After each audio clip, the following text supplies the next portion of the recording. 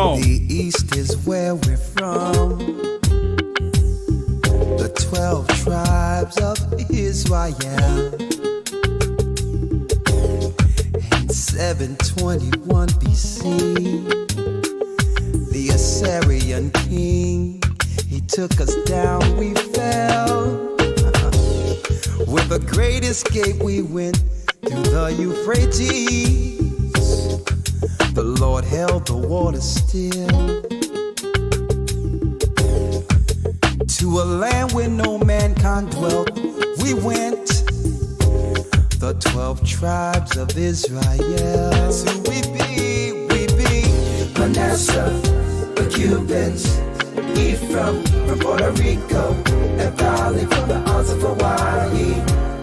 The Lord is calling back Israel. Zebulon from Panama, Gad, the North American Indians, Simeon, the Dominicans. Our highest gathering Israel.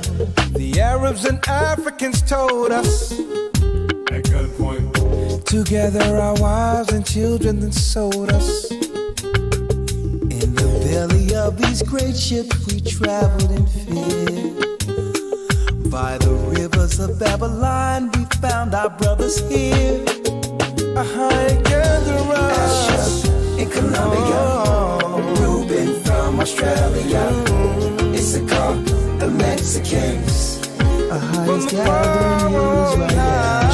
Judah, the Negroes, Benjamin, the West Indians, Levi, the Haitians. Our highest gathering Israel. Do us a favor, brother. Hit brothers and sisters, hit the like button as you come in, please.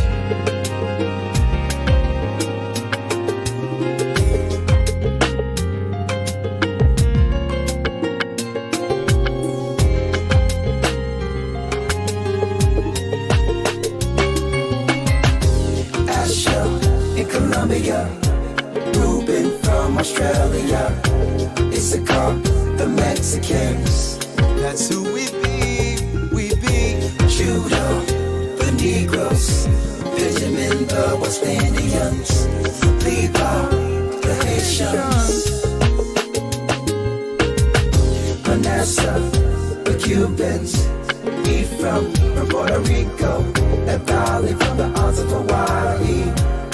The Lord is calling back Israel. Zebulon from Panama, Gad, the North American Indians, Simeon, the Dominicans. Our highest gathering Israel.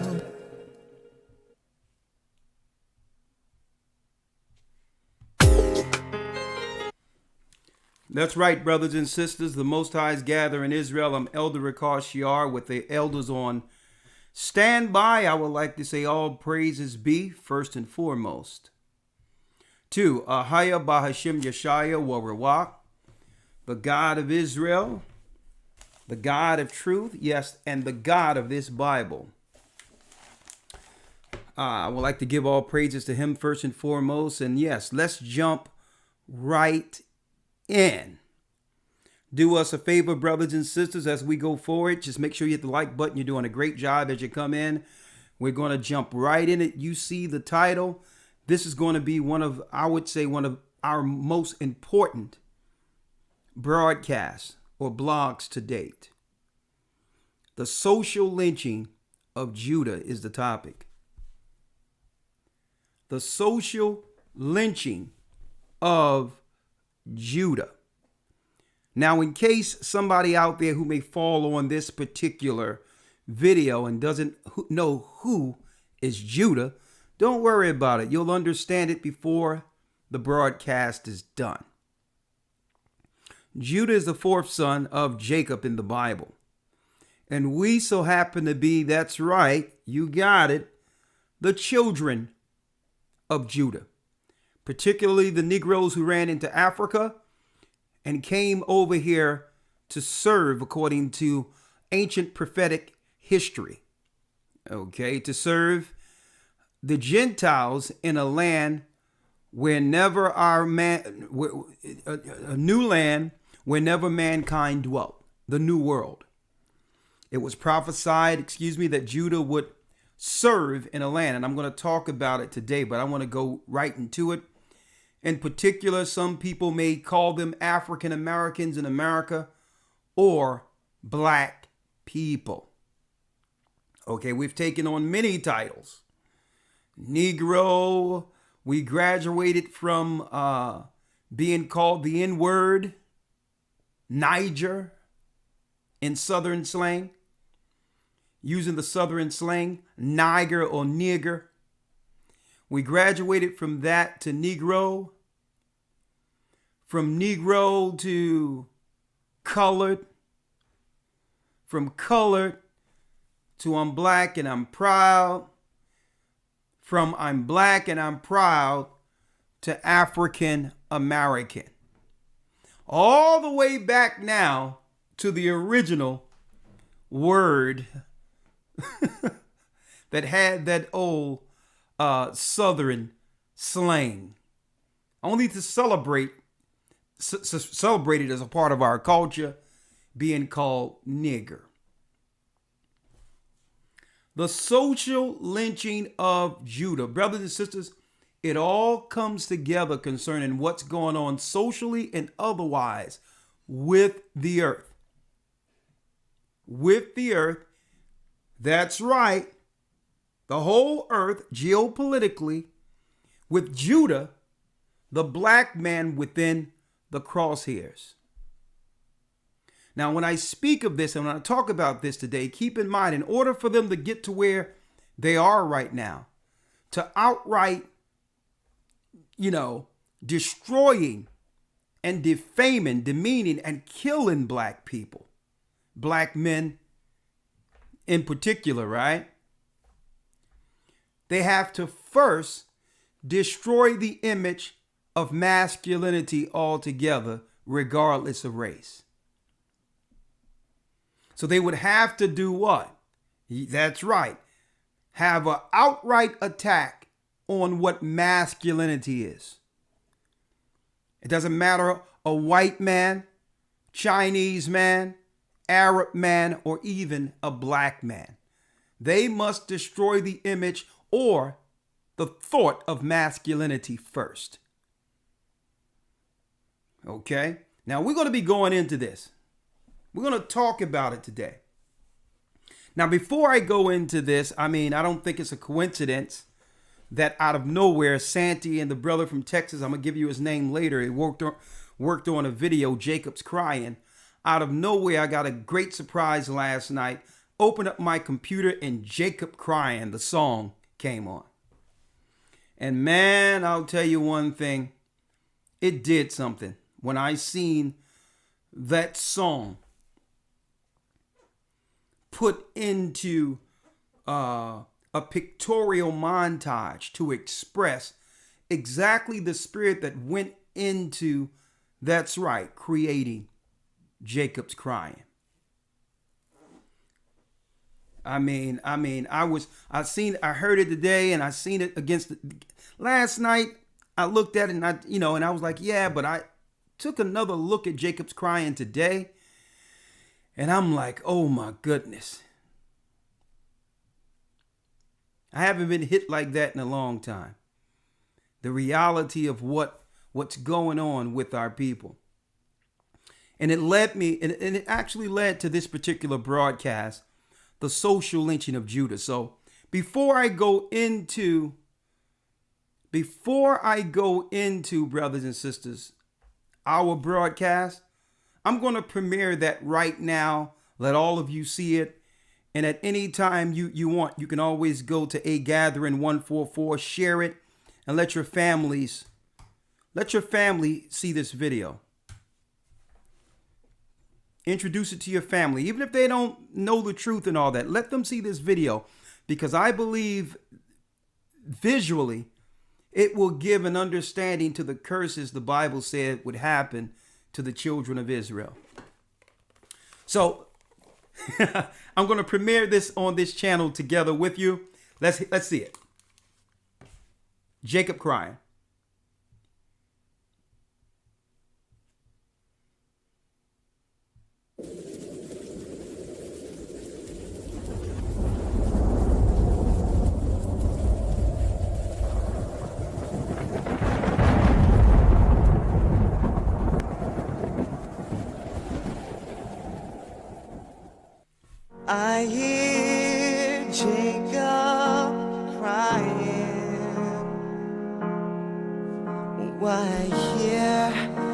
can hear him crying. When you gonna rise? Call on the Lord. Mighty Jacob, rise. Let's hear your roar. When you gonna rise, Jacob? Thinking of you coming, thinking of your cries, Jacob.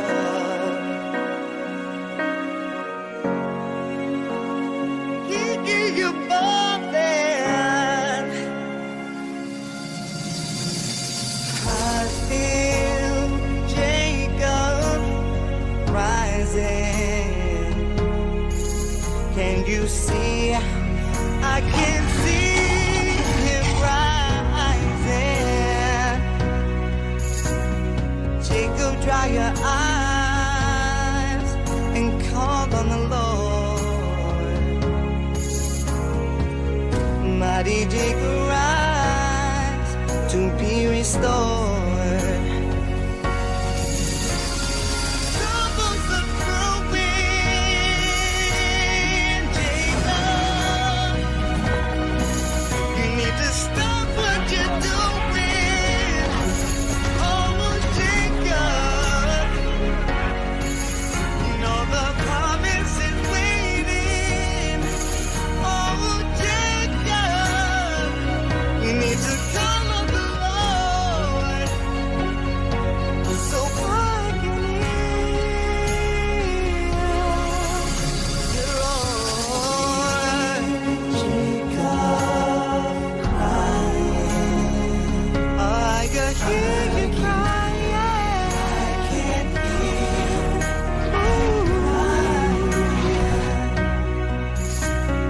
Jacob, dry your eyes and call on the Lord. Mighty Jacob, rise, and you will be restored.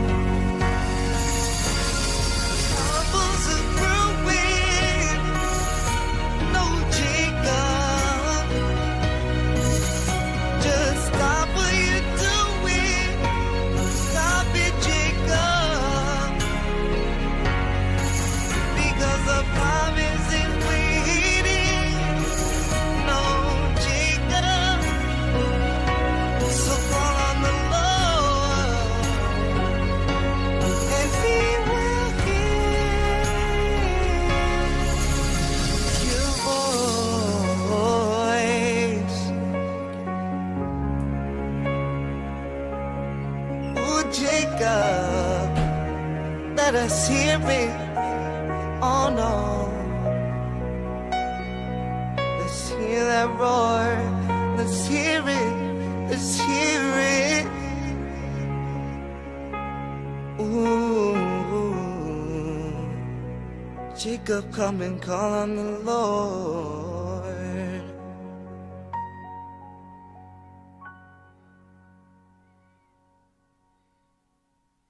I hear Jacob crying. Oh, I can hear him crying. When you're gonna rise, Jacob, call on the Lord. Let's hear you roar.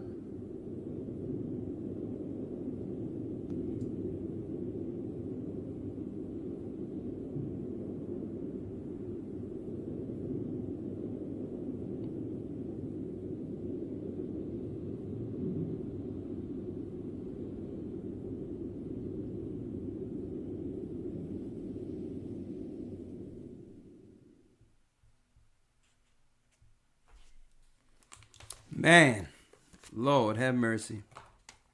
Hey. Whoa.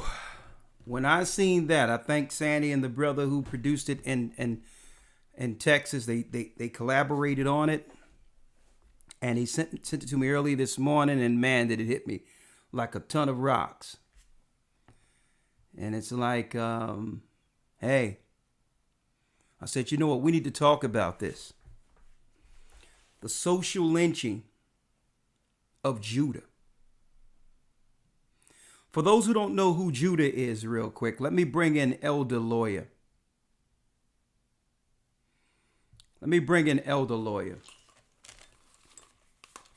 Elder Lawyer. Yes, sir. Shalom. Shalom. I don't know if you've seen the video before I just showed it. You seen it last night or no? The first time you seen it? This is my first time seeing it as you played it. Oh, you didn't know. I mean, I go back to, it was Sister Vera who started off with, she had the tune, I Hear Jacob Crying. And, you know, she had, I hear Jacob crying. I can hear him crying. And she said that. She says, I'm telling you. And I'm like, you know what? I'm like, yeah, I can do that. And she kept saying that over and over again while we were overseas. And her son, Shane. I said, Shane, we're going to write this song and you can sing it. And Maestro, he came in, Micah Allah. I'm like, Mike, okay, let's do it.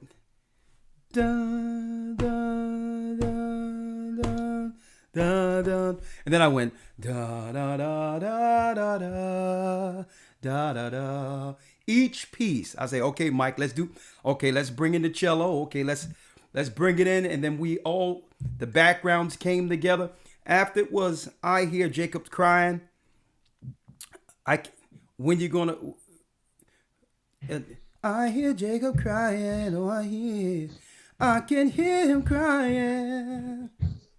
And then second verse, I feel Jacob rising, and that's what I wrote the second verse, and and produced and dealt with all the backgrounds. I don't know if you were there when we recorded it. I think it was at night, but I think I was there for pieces. I do remember the time period in which it was recorded, and I remember the developmental stages. I was there for small pieces, but definitely it captures the things about one of the things about the music and the songs that brothers and sisters hear, whether it be the album or even Jacob's Crying, as everyone just heard. Each of these songs capture moments of this movement and this journey, and definitely a lot of memories attached to this music. Yeah, and my nephew Shane, he did it. And that's Ava at the very end, because she was a baby at that time, but she just wanted to, she couldn't let anyone outshine her, so she just grabbed it at the very end. But right. Jacob Crying, but to see it come together after this whole journey of traveling all over the world, and know the circumstances that song was made out of, to see it to where it is now, it's just a blessing. But let's go in. Let's go in. The social lynching of Judah. Now, I'm going here, Elder Lawyer, and you can tell the people I did not discuss this title or anything with you beforehand, correct? Correct. All right. Okay. So I want everyone to know this is organic. This is straight from the Spirit. And I just called him in, and this is the first time he actually heard the title, actually. The social lynching of Judah, because for the last couple of years, America in particular have started a movement claiming that there should be social justice for black people, black men in particular, starting with George Floyd. Starting with the fact that there's racism, systemic racism against black men that should be stopped immediately, shaped through legislation to protect the lives of black men. That's what they ran on, the Democrats. And they was able to get one white person who would represent the white racist at the same time, so that they know subconsciously what that does. without telling people, claiming that the racism exude that came through Donald Trump is the reason black men are killed on the streets like George Floyd by police. That's really was the narrative that led to the sentiment swinging towards black people saying, I'm going to vote for Biden, if not only to keep Trump out. They were able to subconsciously get into our minds to make us believe, because if you got Trump as the racist at the same time as George Floyd under a racist attack and being politicized, people out there cannot separate the two. So subconsciously, they had everyone believe that the black man, that something would happen to stop racist white people in particular from killing black men. But really, Elder Lawyer, when I examined it, and I was dealing with this all day, Lawyer, they set the stage to kill off thousands upon thousands of George Floyd's. Black men. That whole thing was a setup to destroy black men. And I'm going to prove it today. Another thing I wanted to point out. There's those of us out there within our race that actually hate men. And I'm going to frame this. I'm going to show you. I'm going to prove everything I'm saying right now. There's a segment of our population within our own race that hate men. All men. It doesn't matter the color. And there's some people within our own race that hate the black man and the masculine black man more than any starch white racist could. Worse than even Donald Trump. And why am I pointing this out, folks? Because we have to understand what we're up against and begin to push back against it. I'm going to tell you, I'm going to talk about that today. We're going to cover every area that you can imagine concerning this particular topic, so that no one can claim, well, we're pointing to this and point. No, we're going to roll it all out so that you can actually see it from a heaven's view, from the outside looking in to the climate and the social climate that was developed to destroy the tribe of Judah. Elder Lawyer, now, for those who don't know who is Judah, let's go to Genesis 49 real quick.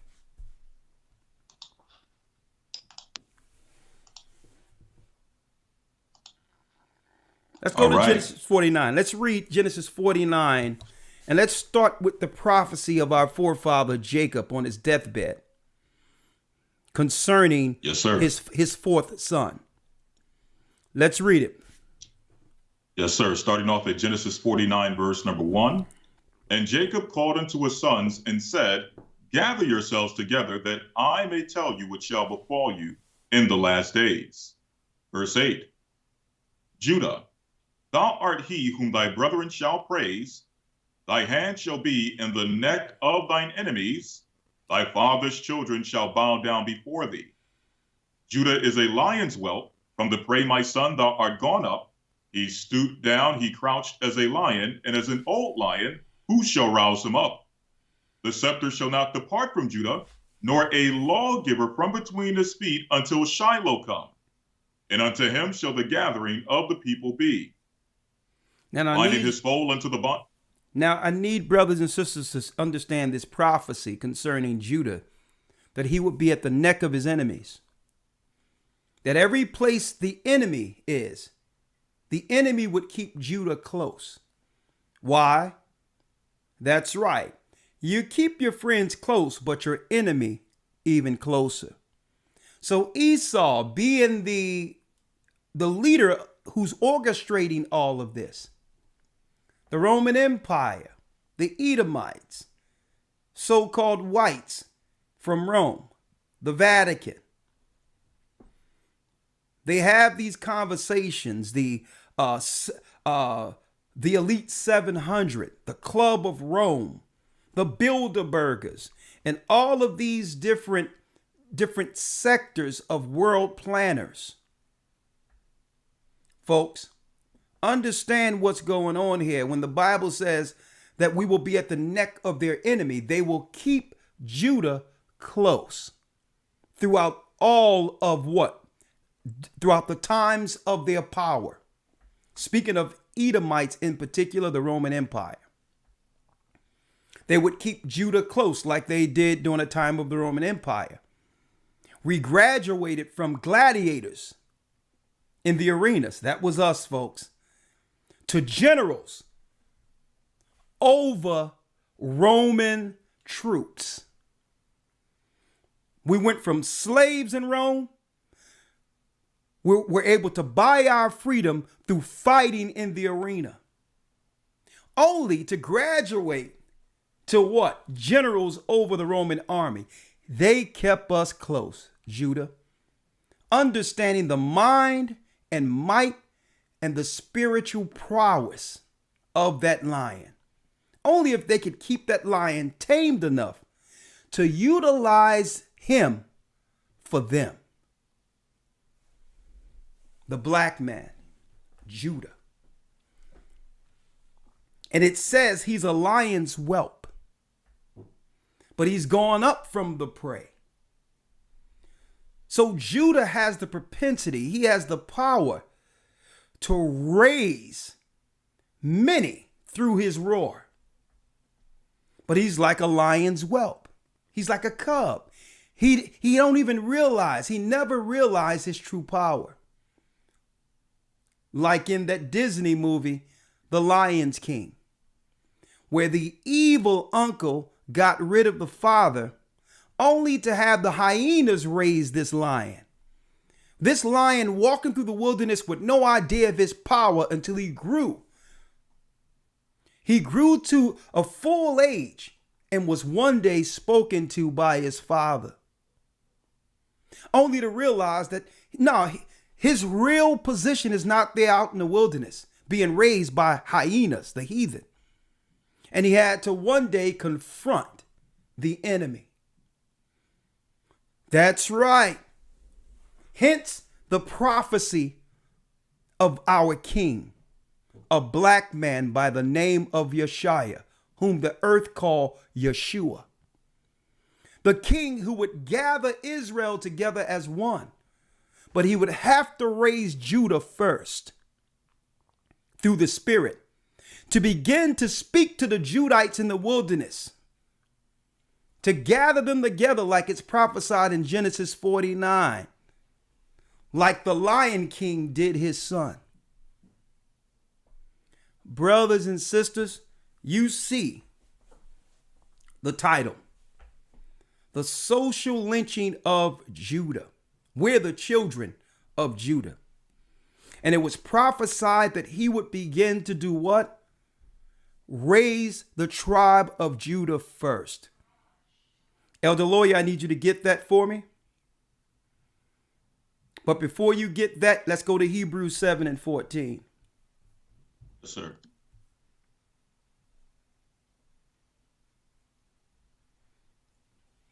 Hebrews 7, verse number 14. Come on.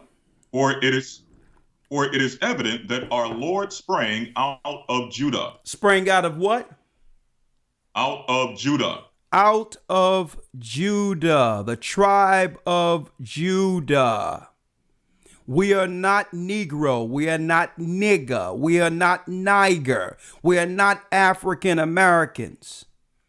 We're Judah. No other people fit this prophecy. We're the tribe of Judah. The power of Christ's government, that's right, pumps through our bloodstreams. It pumps through our veins. His government pumps through our people. This is why the Most High have made us trendsetters throughout the earth, but we've used our power for evil. And now the enemy have been watching us very close at the neck of the enemy and realize that it doesn't matter how much pacifying they do to Judah. Judah is resisting. So they needed to first make an attack against masculinity so that they can have a full board, a full attack. All races, all people in particular, against the black man, specifically in America. And this whole George Floyd thing was to take away that steam, that power, that conversations we were having, so that the enemy can now strip us of organically coming together in the spirit so that they can have the narrative on how to protect or save the black man. And it comes a time where all of us have to realize through this political landscape that we were tricked. Every 4 years, they trick us with the same thing using race baiting. And guess what? Obviously, they think it works because guess what, folks? We keep falling for it over and over and over again. Only to get more incarcerated and more and taken down by the same people who claim they're in office to protect us. There's a public lynching going on. It is always going on in captivity. It is always going on. And the first lynching of Judah started with our Lord and Savior on the hill Golgotha getting crucified. And he was able to get crucified, speaking of the one you call Christ, because the mob was what? You got it. The mob was convinced against that black man. There was public sentiments to demonize him. And that led to his crucifixion. And I'm talking about the greatest lion, the greatest prophet, Christ, the one this world ignorantly calls Jesus.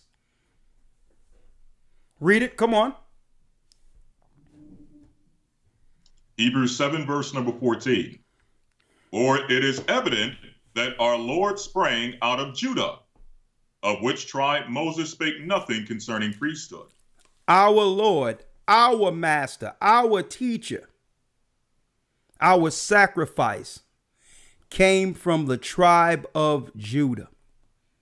Now, Judah lost his heritage. You've seen it in the video. Let's read it, Jeremiah 17, real quick, Elder Lawyer.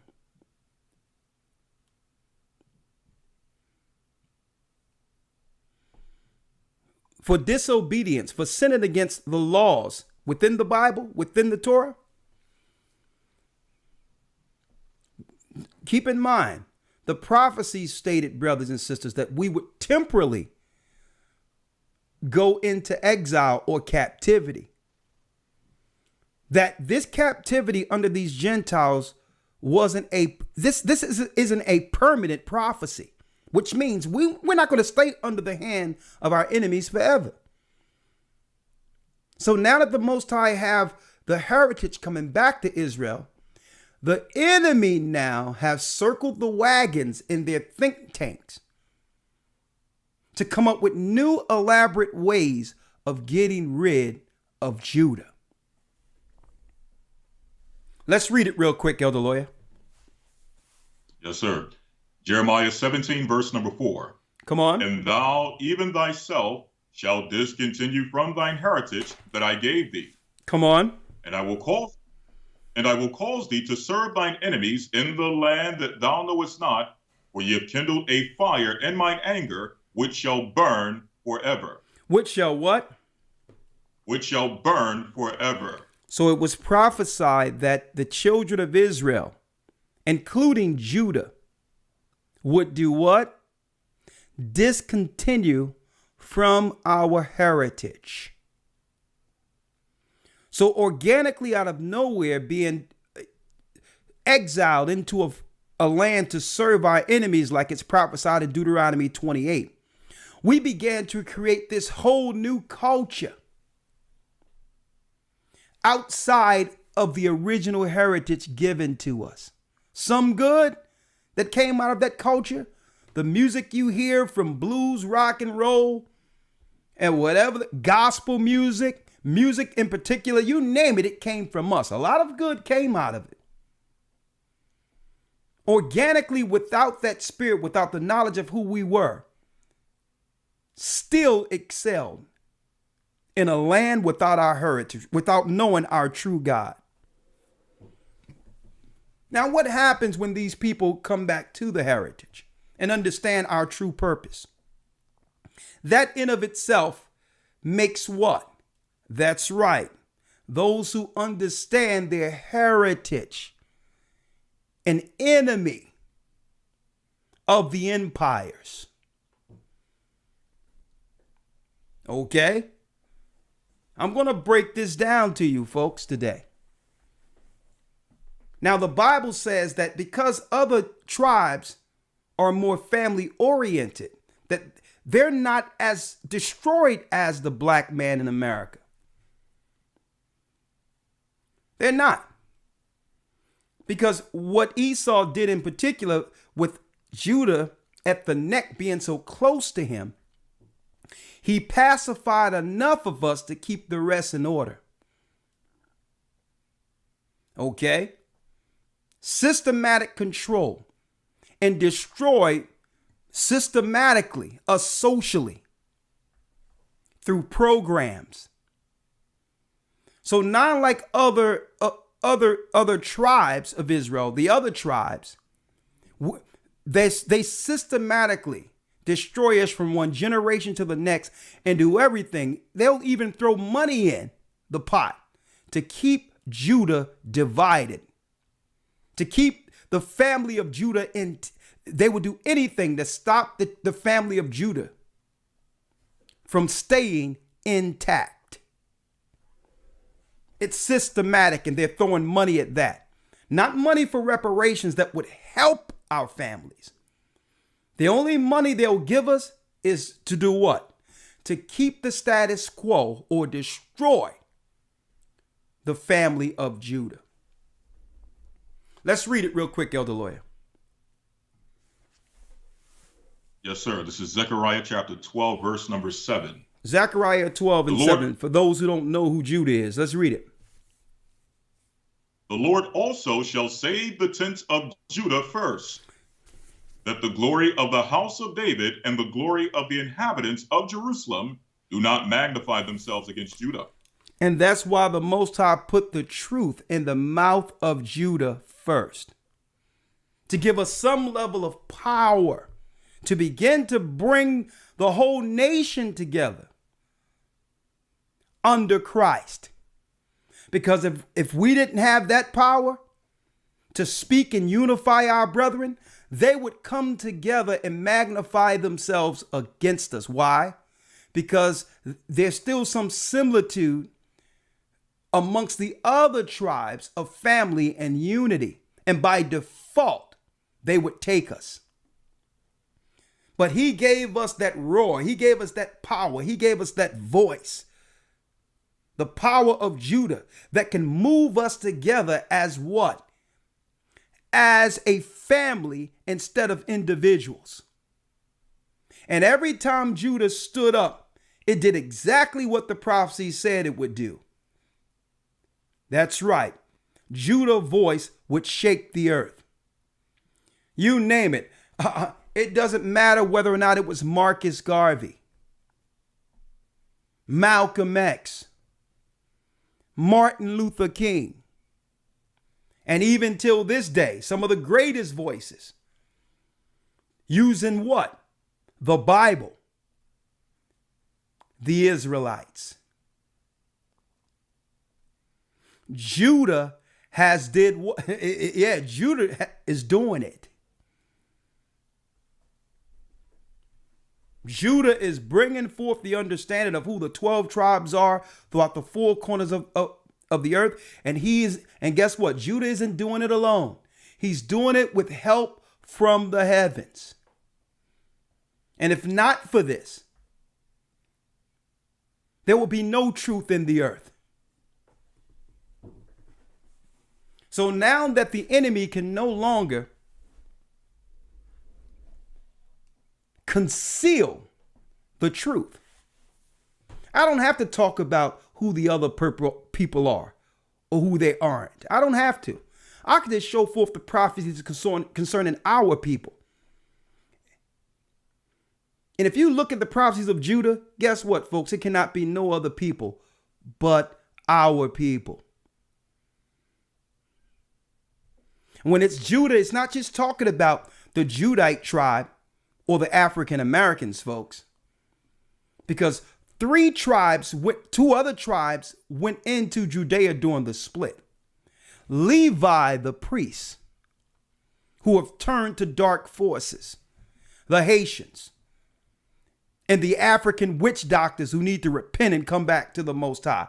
These were the ancient priests of Levi, who are a part of the Judea society.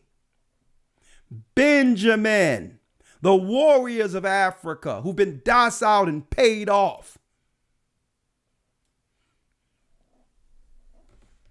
Paid off. On top of that, been divided politically into military groups against their own people. The West Indians, our brothers and sisters in Barbados and different parts of the West Indies and different parts of the West Indies. They were the warriors of Judea.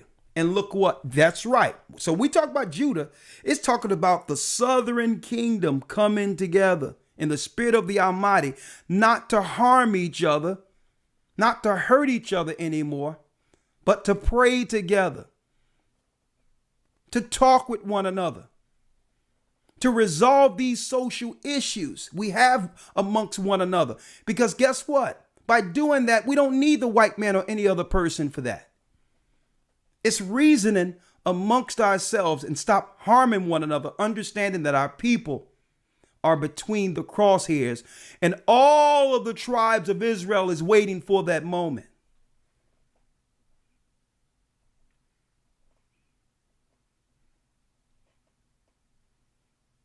They're waiting for that moment where we begin to talk to each other and realize it's not about blaming the white man who can, at any time, that's a racial divide that does more harm than good. If we do what's right according to the Almighty, the Most High put the Spirit on those who you think is your enemy to help in time of need. So we're going to talk about it, Elder Lawyer. I need you to hold tight because there's a few things I want to break down. Yes, sir. Let's go. Let's go now. Check 1, 2. Yeah, this is good. Let me show you something, folks.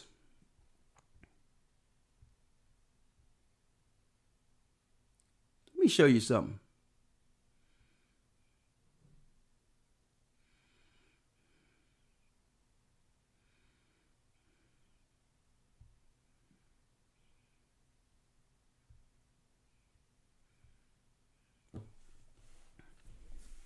George Floyd, folks. May 25th, 2020, he was killed by a cop. Every 4 years, they'll pull out a cop story for a racial divide so that blacks will, through fear, run to the polls and support a party that have been totally destroying our people. Folks, I need y'all to look at the hashtag I can't breathe. And understand the irony of this particular hashtag that was created by them, by the machine. Had everyone out there believing that they cared about black men, Judites in America. I can't breathe. Brothers and sisters, I need you all to check out the irony of that, as if this particular hashtag is prophetic in of itself. Who would have known that we would be sitting here at the end of 2021, where black men everywhere is popping up, going into the hospital saying that they can't breathe? Not just black men, black women, and every other race of people. Obviously, there's some prophecy going on here, because this was before we really understood the impact of what would become the plague. We were hearing things on CNN, locked in our homes, but out of nowhere, they came up with a mantra. They came up with a title that rings true to this very day. I can't breathe. And they put that right next to, you got it, an artist's rendition of George Floyd. Now, could be a coincidence. I don't know. I don't know. But what I want to bring out now is that at the same time, there were black men, because don't forget, folks,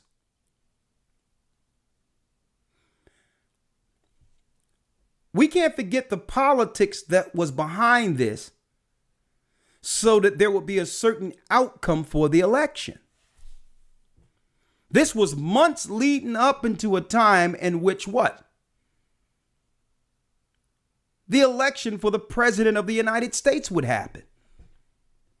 So they had a lot of time between May and November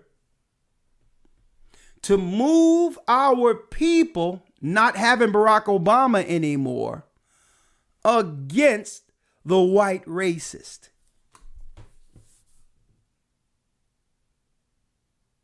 Remember that? Now, surely after getting voted in, they would do everything to avoid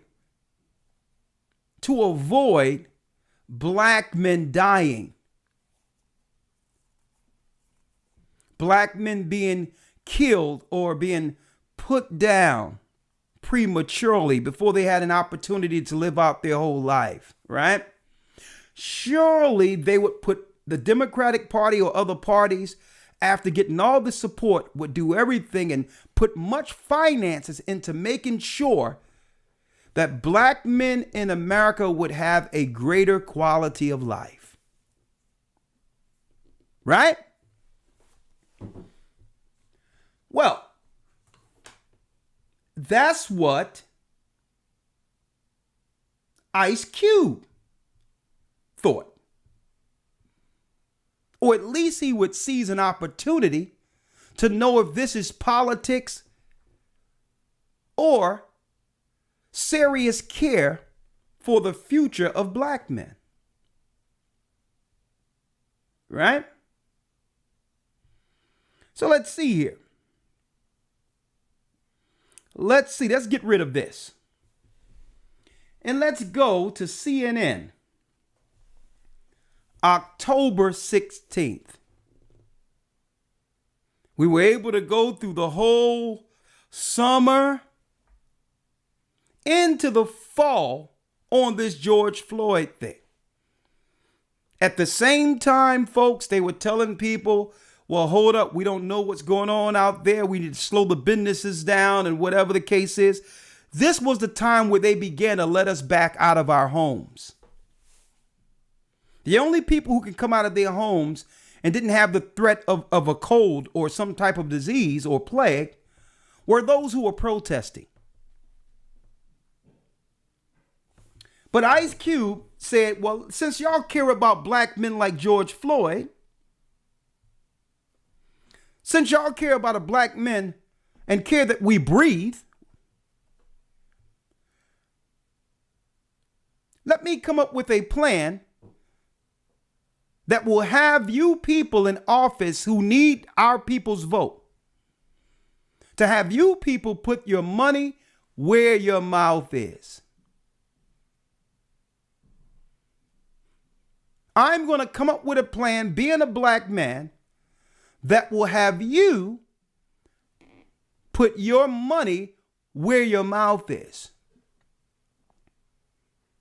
Because what? Living in a capitalistic society, you would write legislation to make sure black men would have a better quality of life, to avoid more George Floyd's dying in the future. So, this was the guy on CNN, Cuomo, Chris Cuomo,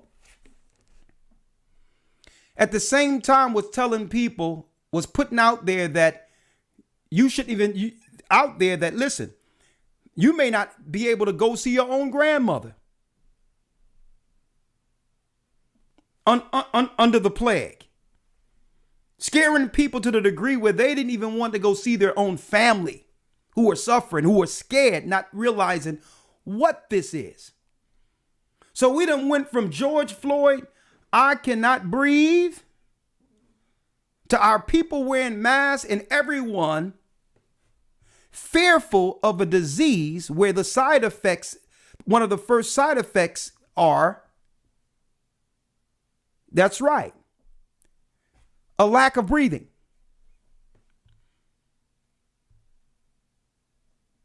So CNN, which surely they was out there behind, they was behind the Black Lives Matter. They were behind the riots. They was against Trump. They was pro Biden. They wasn't running on anything Biden said he would do. They was only running on the fact that he wasn't Trump. Right? So surely if a black man came before him, they would listen. So let's see what happened here, folks. Enter Ice Cube. Enter Ice Cube. Now, I need y'all to hear this clearly. Fair use. I'm not going to play it. I'm going to keep it still so that we are within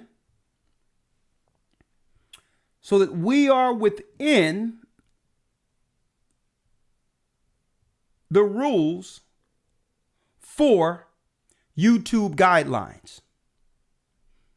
Fair use. Our next guest is Ice Cube. If you know anything about him, and you probably do, you know he started his career rapping in defiance about police presence and the realities of inner city life.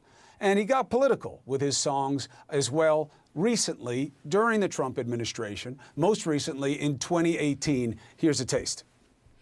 Now, let me make it clear, folks. I'm going to stop it only a few times because in order to do that, this is how we make it original content. If we're speaking over it sometimes for educational purposes.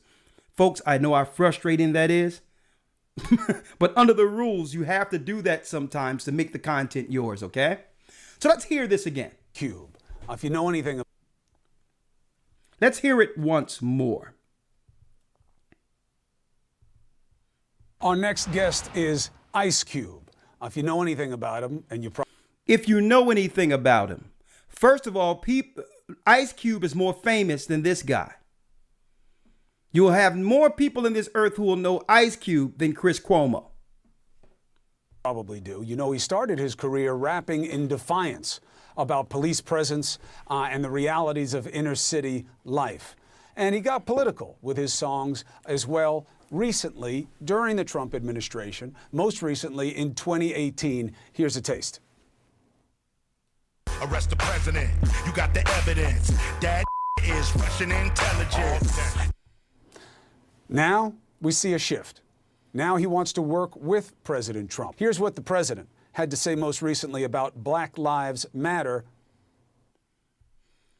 Now, first of all, Ice Cube is going to make it clear. He's going to clear it up. No one said that he was going to work with Donald Trump. A straight lie. But let's let a brother, a Judite, clear up his position at a time where Democrats, Black Lives Matter, CNN claim that they care for black men, black people, black women. Let's hear it. So here is Ice Cube on prime time. Thank you for taking the opportunity, brother. I appreciate it. Thanks for having me. Chris, your lead-ins are a little misleading. How so? Well, the Platinum Plan is not my plan. I came up with the contract with Black America, and I didn't run to go work with any campaign. Both campaigns contacted me.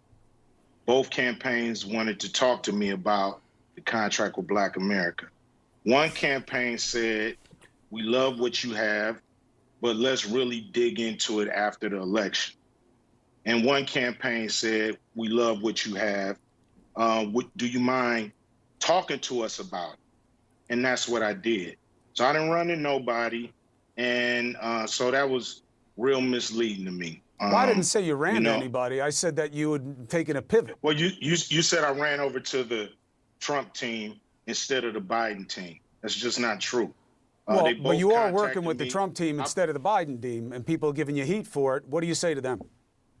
Well, I'm willing to work with both teams, but I'm just... Now, this is the same time they're telling you that you can't hug your own mother, folks. That you can't hug your own family. They show you the power of media. Working with whoever is willing to work with me. So the Trump campaign came to me and asked me to explain to them some of the contract with Black America. That's what I did. I'm not playing no more of these games, these political games. We're not part of a team.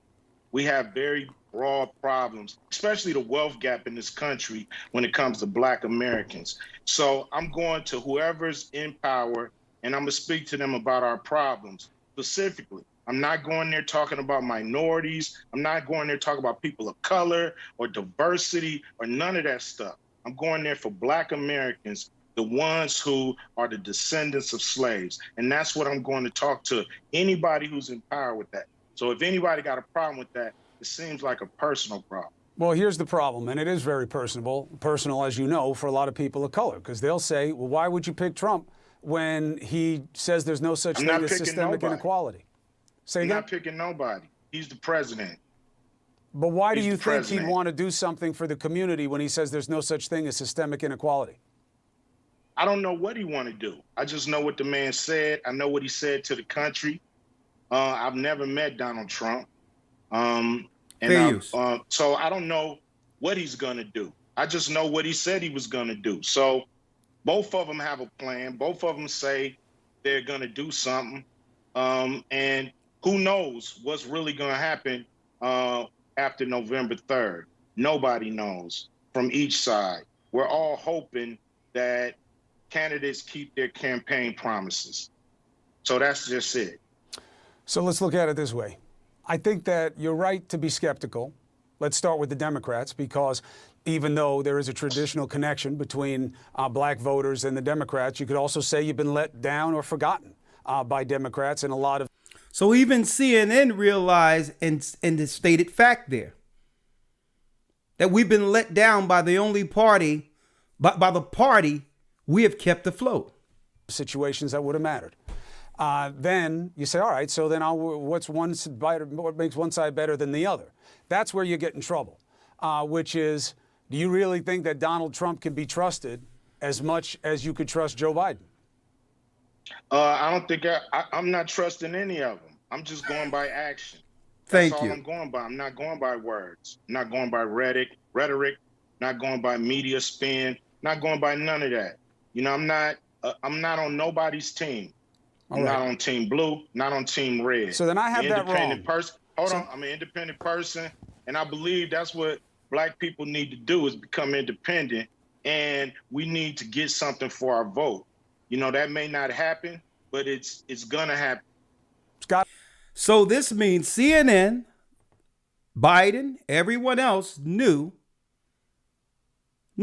before the election exactly what our people, black men, were asking for. not sympathy, not a hashtag, not a poster, not a protest. You would need capital living in a what? Capitalistic society. The same way this destruction was funded, we are the people who would decide to do with whatever we would like to do with the funds to fund our way, speaking of our people, out of it. Right? Like other races of people understand that voting is a transaction. It's not a popularity contest. Everyone else votes for what they're going to get out of it, regardless of how they feel about a politician. Ice Cube, living in Hollywood, coming from the grassroots of our neighborhoods, knew how to speak and where to go to get his voice heard, to speak on a level that they can understand. So that what? So that they can't later, after getting their president in, feign ignorance. Right? So, let me show you where this went after October. The whole time CNN was pushing Black Lives Matter, leaders we didn't choose, to galvanize our population emotionally to vote for Biden. Now, the whole thing seemed sketchy to me, having with the mail-in ballots and all that, but I don't care about that because I voted for Christ. But here are the hand-picked leaders who was behind Black Lives Matter, claiming to stand for George Floyd. I can't breathe.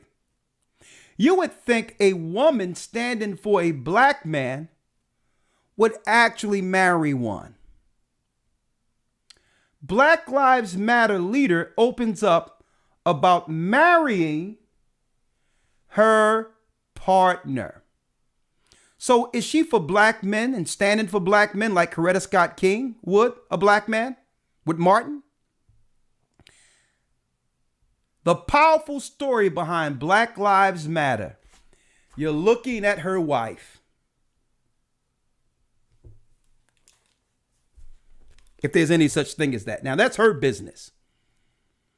But brothers and sisters, I'm going to show you how politics work. They only need a face. But they needed people with sentiments against black men in powerful positions. Now, no one would have seen this picture outright.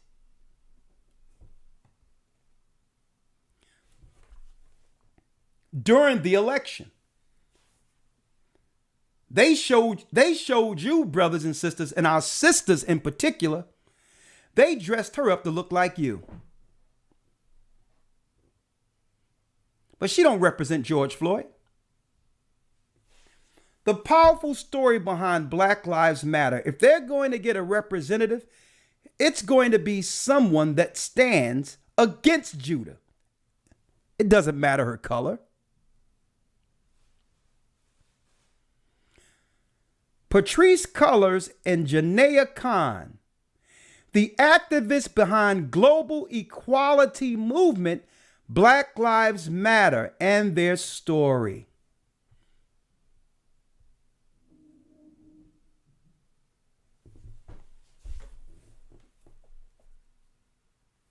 They got you again. Now, let's not stop there. Don Lemon was driving the whole campaign. Staying in your homes, your mama, she have to go get tested, you name it. Don Lemon was driving it. Don Lemon was driving also, folks. Don Lemon was also driving the pro-Democrat, anti-Republican sentiments, Black Lives Matter, George Floyd. Now, it so happened that, listen, I feel that a man should choose. Listen, whoever you want to be with is your choice. Okay? Because at the end of the day, whatever choices we make, each individual must meet the maker. And if you're doing something immoral, without repentance, judgment will come. But Don Lemon face was plastered all over CNN about caring for a black man. And yet he's, quote unquote, as he'd say, and if you want to call it that, he's married to a white one.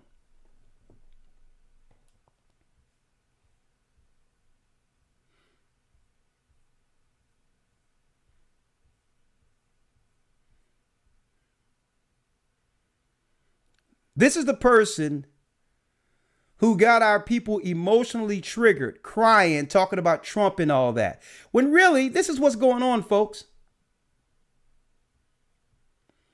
And by the way, being that he's with a gay man, that gay man is also white man. He's also considered, brothers and sisters, a minority. Okay. Now, that's his business. That's their business. It's their life to live. But this is what I'll say. I don't ever want to hear this guy get on the news, Don Lemon. I never want to get on the news and try to claim victim against white supremacy, demonizing white men as the problem, when that's who he's sleeping with. That's who he's married to.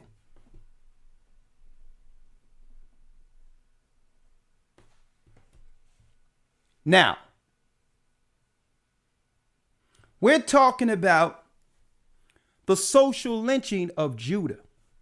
Folks, this cannot happen without people within our race getting utilized politically as taskmasters against us.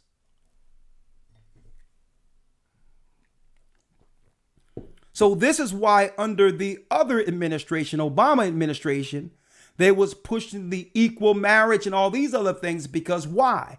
That's right. To give political capital to another segment they can use as the face of Judah, against Judah. Now, that's his choice that he want to do what he's doing.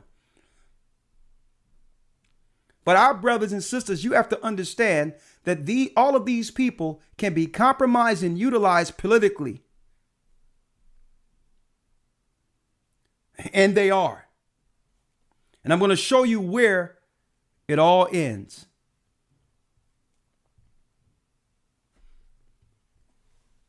Folks,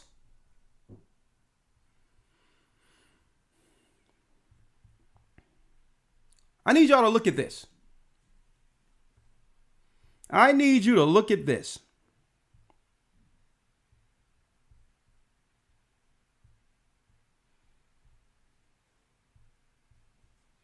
I need you all to look at this. They told 50 Cent, they told Ice Cube that they couldn't do nothing for Judah, black men in America, when it comes to reparations and actually doing right by doing what?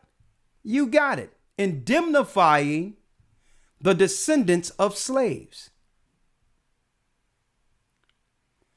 But here it is, 5 days ago, U.S. in talks to pay separated migrant families up to $450,000 per person.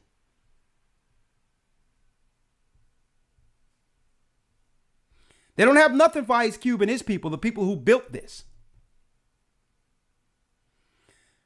But they passed a bill. They're passing a bill now that will give illegal immigrants in the United States.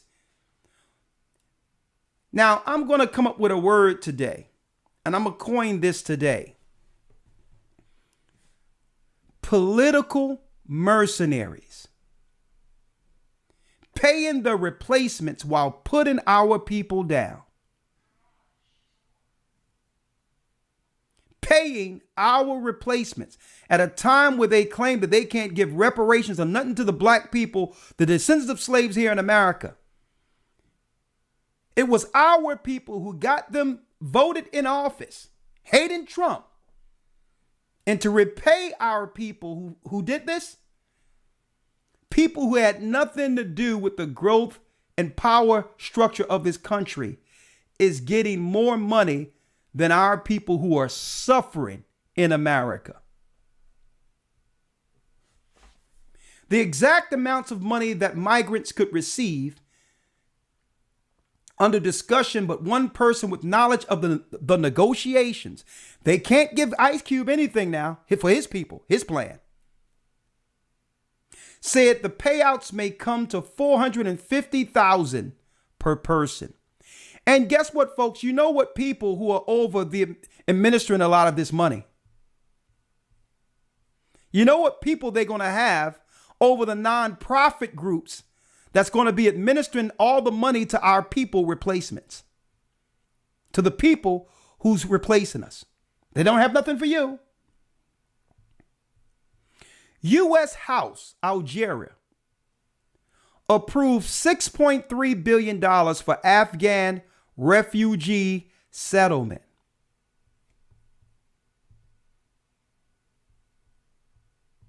So, okay, you're going to let people over the border. You didn't let the Haitians in, though. And now you got Afghans, $6.3 billion.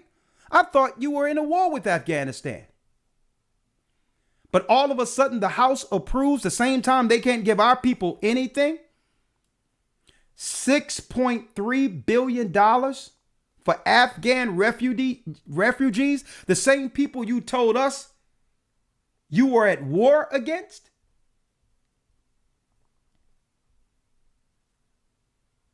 So I see where this is going.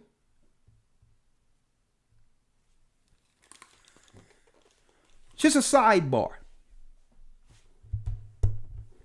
Just suppose, understanding that history is replete, right? When you study history, you'll see that seldom do these power structure think tanks do anything different. They usually do the same thing if it worked without people actually recognizing it's the same trick, right?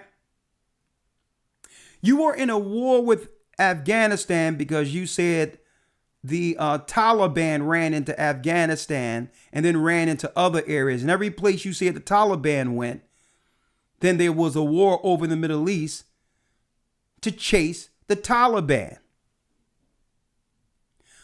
Only to bless the people you were at war with $6.3 billion at a time where you can't give our people anything? To bring the same people over here? So could it be that they're going to use Biden's mental state and claim that it was irresponsible and oversight that he didn't see the Taliban coming into the black communities?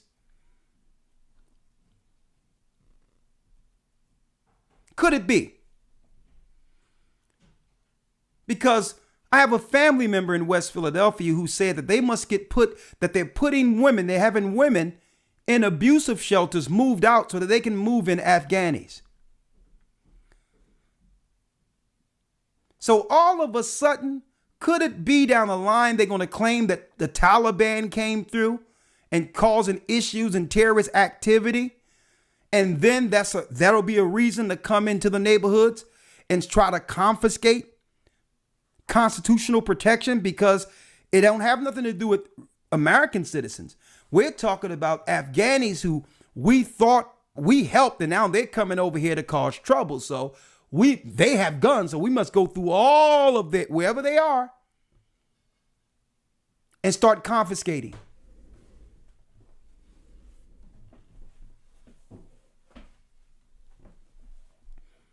Huh? So they can't pay us. They can't give our people anything. A matter of fact, I need y'all to see this. A matter of fact, instead of giving us what we asked for subsequent to voting Biden in,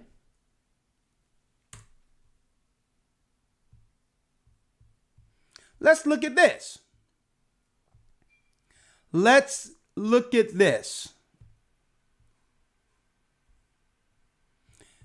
Look at your screen. They're taking money away. Ice Cube walks away from $9 million bag over the Venom mandate on set of upcoming comedy. So you know what? You knew they was waiting for this opportunity. Instead of giving you something for talking, we're going to take it away. Here's your payment. We're going to give your money. We're going to give your money here. Hold on, let me get it. We're going to give your money to the Afghanis. And we're going to take your money. Now, the right to work and have free enterprise and trade within the United States is actually, brothers and sisters, a constitutional right. To take away the life, liberty, and the pursuit of happiness, as they claim. But now they took $9 million away from the guy who wanted something for his people. And let's not even throw in who? Kyrie Irving. Generational wealth. Let's not even throw in them. Kyrie Irving. Look at this, folks. Now there's more. They're going to take money away from this man, but give $6.3 billion to Afghanis, $450,000 per person to immigrants that they will choose to come into the country. What's the plan here, folks? And if you're letting all these people in for whatever political reason, how are you making space for them? Oh, who knows? Maybe it's, just maybe, I don't know. But maybe it's I can't breathe.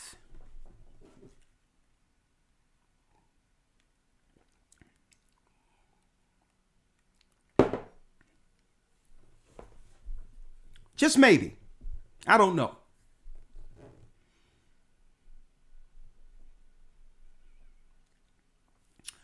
I don't know. Maybe it's because I can't breathe that will make space for the rest of them. They got to live somewhere, and they placing them right now in the black communities. Now, I'm going to bring you in a second, Elder Lawyer, but there's a few things I want to show here. A few more things I want to show that happened in the wake of all this. May the Lord rest his soul. DMX passed. Hank Aaron passed. Right? Mary Wilson passed. All in the wake of all this, brothers and sisters. Mary Wilson, a singer, an original member of the Supremes. She died she died here February 8th, 2021, a little after they began to roll out the stuff. We have Hank Aaron, may the Lord rest his soul. DMX, who spoke outright against the industry. And there was rumblings of what happened to him and how he passed. Mary Wilson, a legend. And I don't know, but brothers and sisters, Mary Wilson was fine just a few months ago, December 31st. Let's hear. Happy New Year's, especially to those people in the UK. Fair use. Yeah, your New Year's has already started, huh? Well, I'm just getting started here too. And no, I'm not going to go out tonight, but I did get dressed up for you guys, okay? And, let me show. I also have my little mask. Wait a minute. Not cute, but you can't talk with it on, so I have to take it off. Okay, there we go.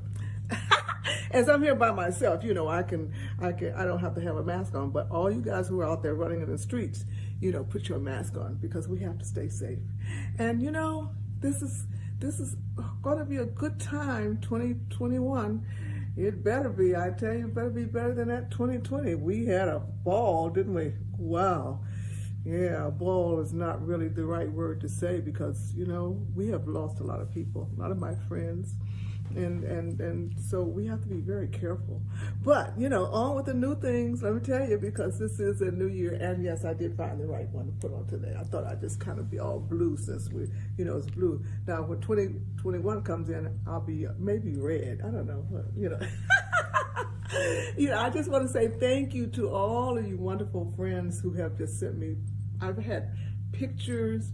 I have dials. Let me see if I can show you my dial. Where's my dial? Oh, I can't even show you my dial. I can't find it. Okay. Can't find my dial, but I have dials. I have people send me paintings, jewelry, and cards. I just want to say thank you to everyone for all the love you've given me and all the Supremes and all those kind of things. So thank you for it's 60 years, and thanks for sending those cards in to the U.S. Postal Service, or hopefully we will still get that stamp for Florence. And let me see what else. So much has happened. Thank you for the awards. And the Black Press, they gave me an award. It was Patricia Sweet Pea who gave me an award. And all the interviews have been so great, so wonderful. So during this pandemic, it's been kind of cool. I've been working, been here by myself doing all these things. But I miss you guys on the road, I really do. And to my band, okay, I gotta say to my band, Mark Zare, Donzel Davis, Ray, and Mike Lomez, all the guys, and my singers, of course, Parnell. I know you guys have seen him on Green Sleep, whatever that is, right? He's fabulous. I saw him the other day.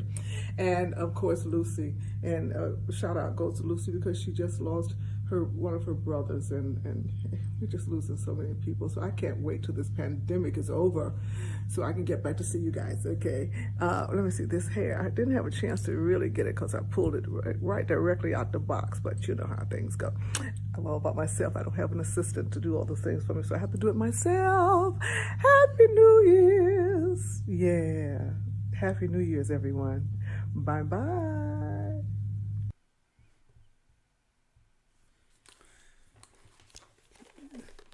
Did it seem like anything was wrong with Mary Wilson? 2 months later, she had to do what she had to prepare herself to be able to go on the road. And there were requirements for her to go on the road. And whatever those requirements were, all I know at the end of these requirements, it says right here that she passed 2 months later, February 8th. Really a month later, January. She was vibrant, full of life, New Year's, turning into January 2021. And 1 month later, in preparation for trying to make sure her body was right to be able to travel, gone. May the Most High bless her soul.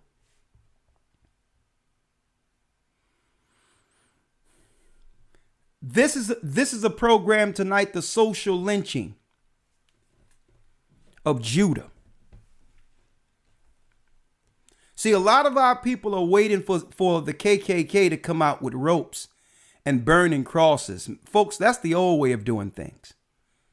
It's high tech now. They can lynch us in plain sight without anyone recognizing the lynching. A matter of fact, they can have it now where you'll actually put your head in the noose yourself and jump to some degree. Through what? Psychology and persuasion. At the end of the day, lynching, the outcome is death. So instead of helping us when our people needed something, especially using the death of a black man to politically galvanize our people, you would think that there would be some benefits for black men after the election. Huh? Look at your screen. Bill Cosby was locked up, right? And I purposely put a picture of him with the Huxtables because this is what they want you to forget. A black man who, regardless of what he was doing personally in Hollywood, because I don't think he's doing anything different than white people, anybody else in Hollywood, mind you. But through symbolism, he instilled some pride in a community who gravely needed it, to understand that we can be more than gangbangers, haters, harlots, killers, thugs. See, they needed to get rid of that imagery or that idea that blacks, Judah could be the example of family. For the first time in the history of America, the whole world viewed the Huxtables as the example of a healthy American family. For the first time in world history, that have never happened where, not Leave It to Beaver, not the Waltons. It was a black family that was the example. Even white people would look to the Huxtables as the example of what? A nuclear family that would bring forth healthy, useful children that would benefit a society.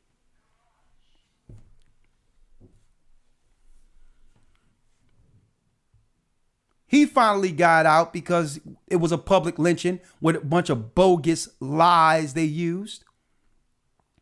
They wanted to lynch Nick Cannon because he said that we were the Jews, and he was right. Right now, Ice Cube, he's between the proverbial noose right now for only asking for what was right for our people from a party who claimed they were for our people.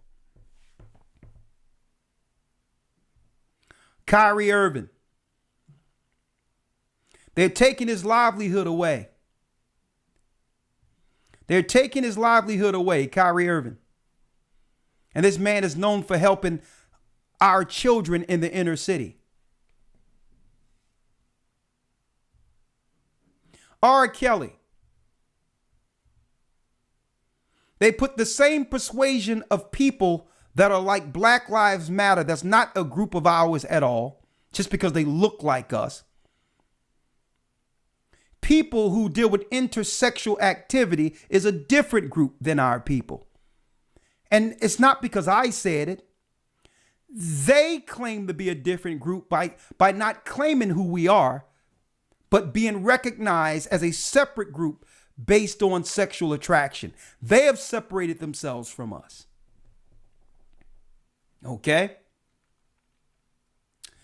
These people were put together and they put together a documentary called Surviving R. Kelly so that they can move the public sentiment against this man. Now, I don't know what they do privately, but I do know R. Kelly was asking for his royalties. At the same time, they begin to come against him.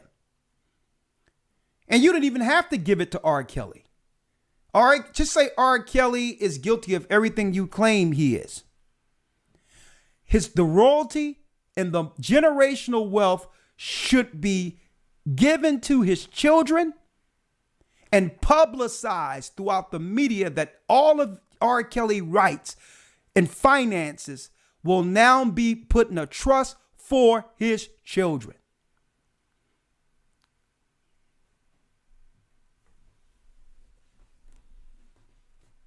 See?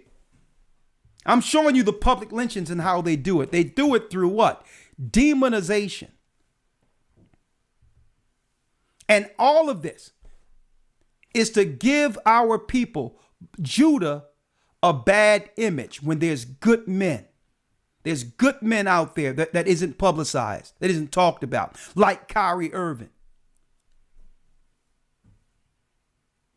And our people over and over again allow this public demeaning and demonizing to continue.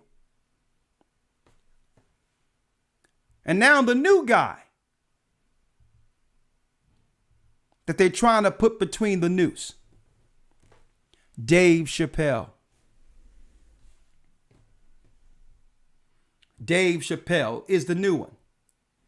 Public lynchings and right out, brothers and sisters, in plain sight. And that's why I wanted to put out there the social lynching of Judah, because y'all don't understand that the lynchings are political now. And now that they realize that the majority of our people are on to them and realize that they have never been for us. And it doesn't matter either side, because even Ice Cube said, listen, I'm not down with either side. But I know both sides benefited from what? My forefathers slaving in this country. So it's not about getting something from us, a vote from us. It's time to come to the table with what you're going to do for us, not what we can do for you, putting you in office only for you so you can give our people your behind, and then shape more legislation that would actually destroy our children. And I'm going to tell you, brothers and sisters, again,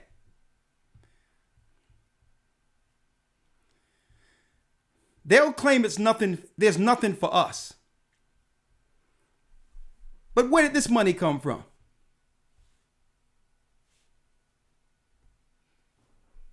Where did this money come from? Where come from? Huh? 6.3 billion for Afghan refugees to come into the United States. And don't believe that the power structure is going to put them in the suburbs. Now that our people woke up, they're like, okay, you don't have to now. You don't have to go for it. We'll replace you. Make sure you go get your test.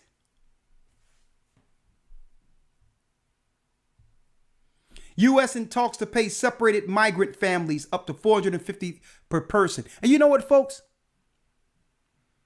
They could have kept all of this quiet. They could have just did it without telling you. They wanted us to see this. They want you to see what they're doing. And they're laughing all the way to the bank. They're laughing all the way to the bank.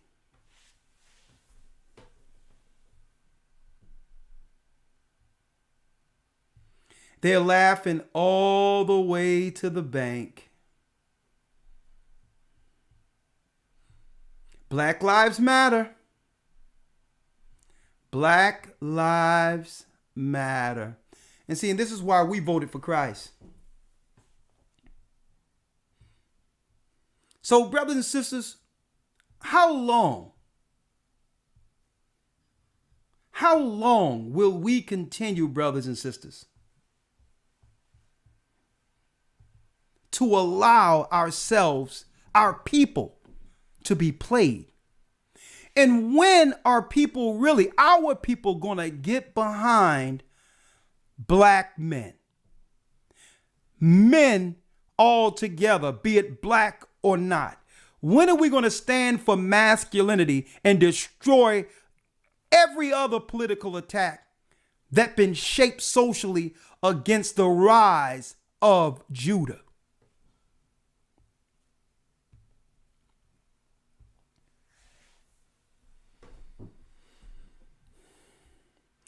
Okay, news just came in because the next thing going to happen now, they got the 6.3 billion they're giving to the Afghanis.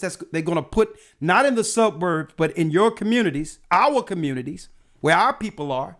And all of a sudden, you're going to hear news about stuff happening all around the United States because Biden, not in his right mind, should have thought about the terrorist activity that could come from it.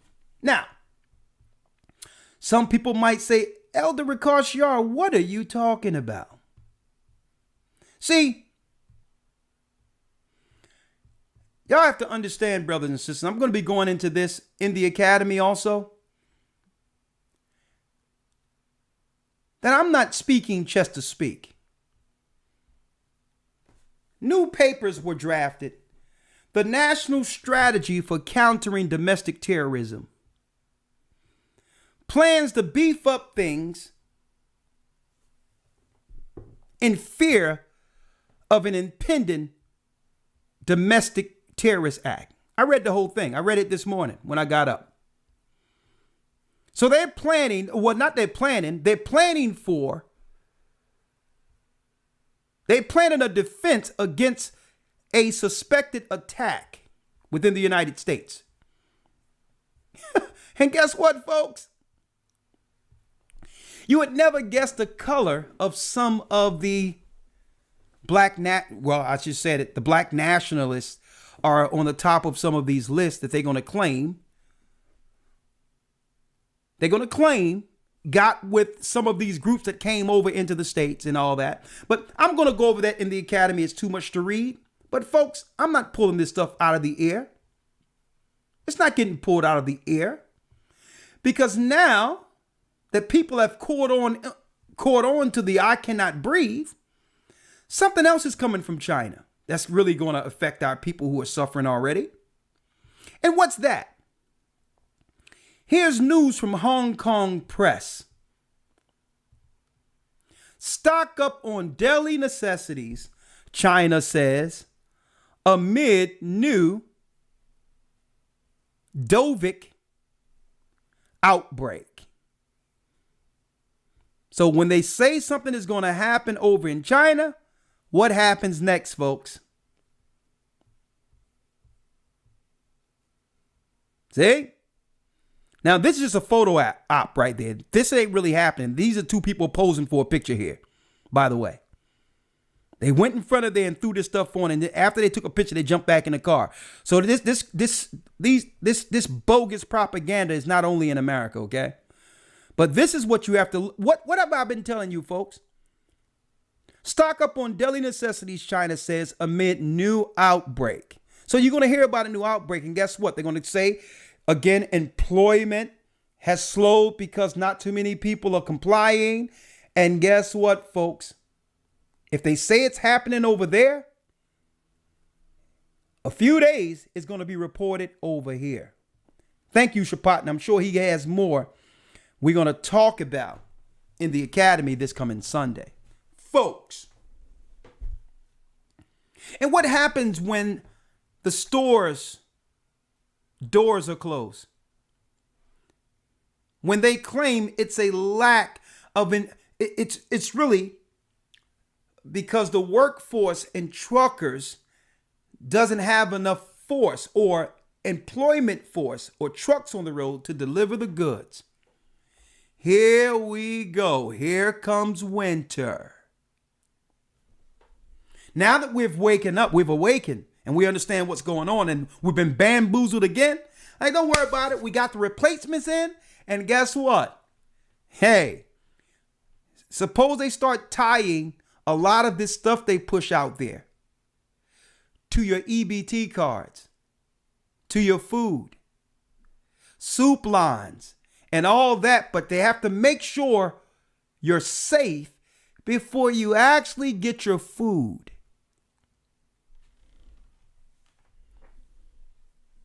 Black Lives Matter.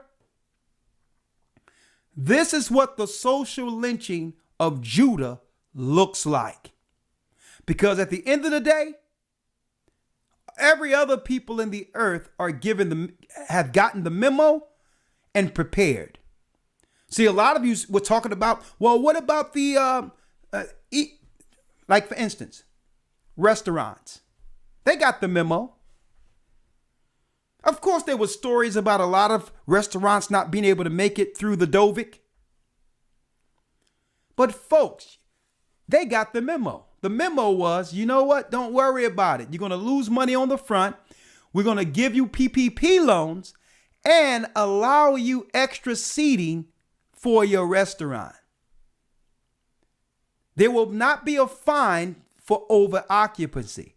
You're going to have 2 restaurants. We're going to have it where your patrons can sit outside and you'll make more money than you've ever made before. So that was an inside agreement where if they could withstand the first wave, that they would make the money back and more on the back end. They got the memo. There's restaurants now that are doing better than before the plague because they have outside seating. Other people on the outside of us receive the memo, folks. And they've been preparing for a long time. What about us? It's time. So instead of them helping the people who needed help at a time where they were claiming to love black men, George Floyd, oh, George Floyd. After the election, they doubled down to get rid of thousands of George Floyds. Thousands upon thousands. This is what social lynching of Judah looks like. They doubled down. Oh, you don't want to vote? That's fine. I tell you what, we'll replace you. But this democracy will stand. That's what they think.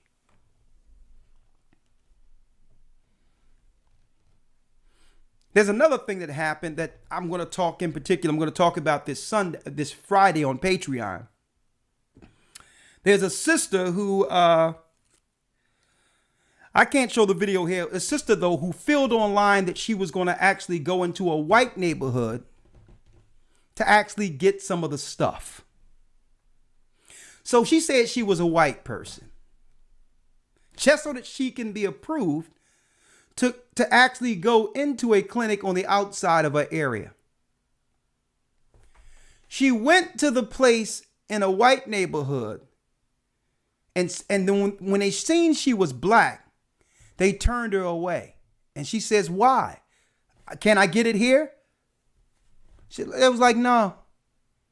You said you were white. Now, I don't know what's going on. To me, I believe in my natural self. I don't believe in nothing else for me, because the laws of God makes it clear that we ought to put only the things that in the Bible in my, only things that's in the Bible that's clean according to God's law can go into my body. That's my religious protection. I believe the Most High have made herbs and all those other things for me, and it worked since Adam. So if somebody want to go do other things, I'm not saying don't do it. It's your business. All I know is, hey, she filled it out online. She said she was white, went into a certain area, and they was like, well, no, you can't get it. She's like, it doesn't matter. You know I'm black, but you know. They was like, well, no, you can't get it. Go back to where you come from. So I don't know. Is the bachelor's the same? Maybe. I don't know. But I'm going to tell you, all Israel is not of Israel. You got some black faces that are being used who are dealing with intersexual behavior and being used politically as the face of blacks to trigger the ignorant within our society. Don't ever let people trigger you and make you believe that there's one white racist that's against the world politically, that's against black people politically, and that they can put all the racism, the systemic racism that happened to our people since slavery, on one white man named Trump. How stupid do they think you are? Well, then people, well, why are you dealing with Biden? Well, he ain't Trump. What's wrong with Trump? Not that I agree with him, but he was hanging out with Mike Tyson and Michael Jackson. He was cool with us, right? Well, no, he's a racist. What did he say that was racist? You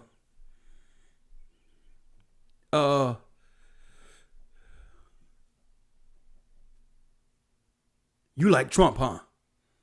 No, I'm just asking you. You said it as if you have information, because the reality is every person is for their race. And every person have said things in private that would offend another race, speaking amongst their own. That'll make them racist. Sense of humor, jokes, being able to crack jokes, being able to say things that you can't say to others in public is how the world is.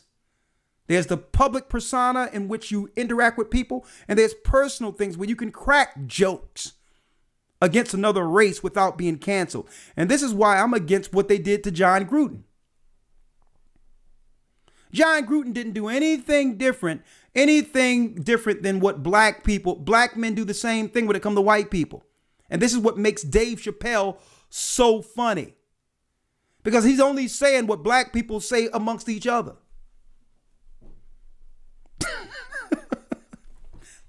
A joke is not a joke if it isn't what? True. It's not funny unless there's some truth to it. So that's why I don't like what they did to John Gruden. Pulling out some emails from 10 years ago that was supposed to be private between him and someone else. Because that's setting a precedent that if they can do that 10 years ago and he could have probably had a different change of heart by now, what can they do to you? And that's what I'm examining. What can they do to you if they can pull out emails from 10 years ago? And I'm like, listen, so what he talked about black people, I don't care about that. I expect I expect to see something, what? Offensive if I'm reading a private email that I wasn't supposed to see. I expect to look at that and say, well, okay, I crack jokes about white people. What's wrong with people anymore? They're going to fire that man because of 10-year emails, 10 years ago. But it's not about John Gruden. He's going to be fine. Usually they use a face of themselves first before they put something on the books that will be aimed towards destroying Judah now. I say give John Gruden back his job. He didn't offend me. It was a private email that no one else was supposed to see anyway. And what they need to do is put the person in jail who's going through people's private email.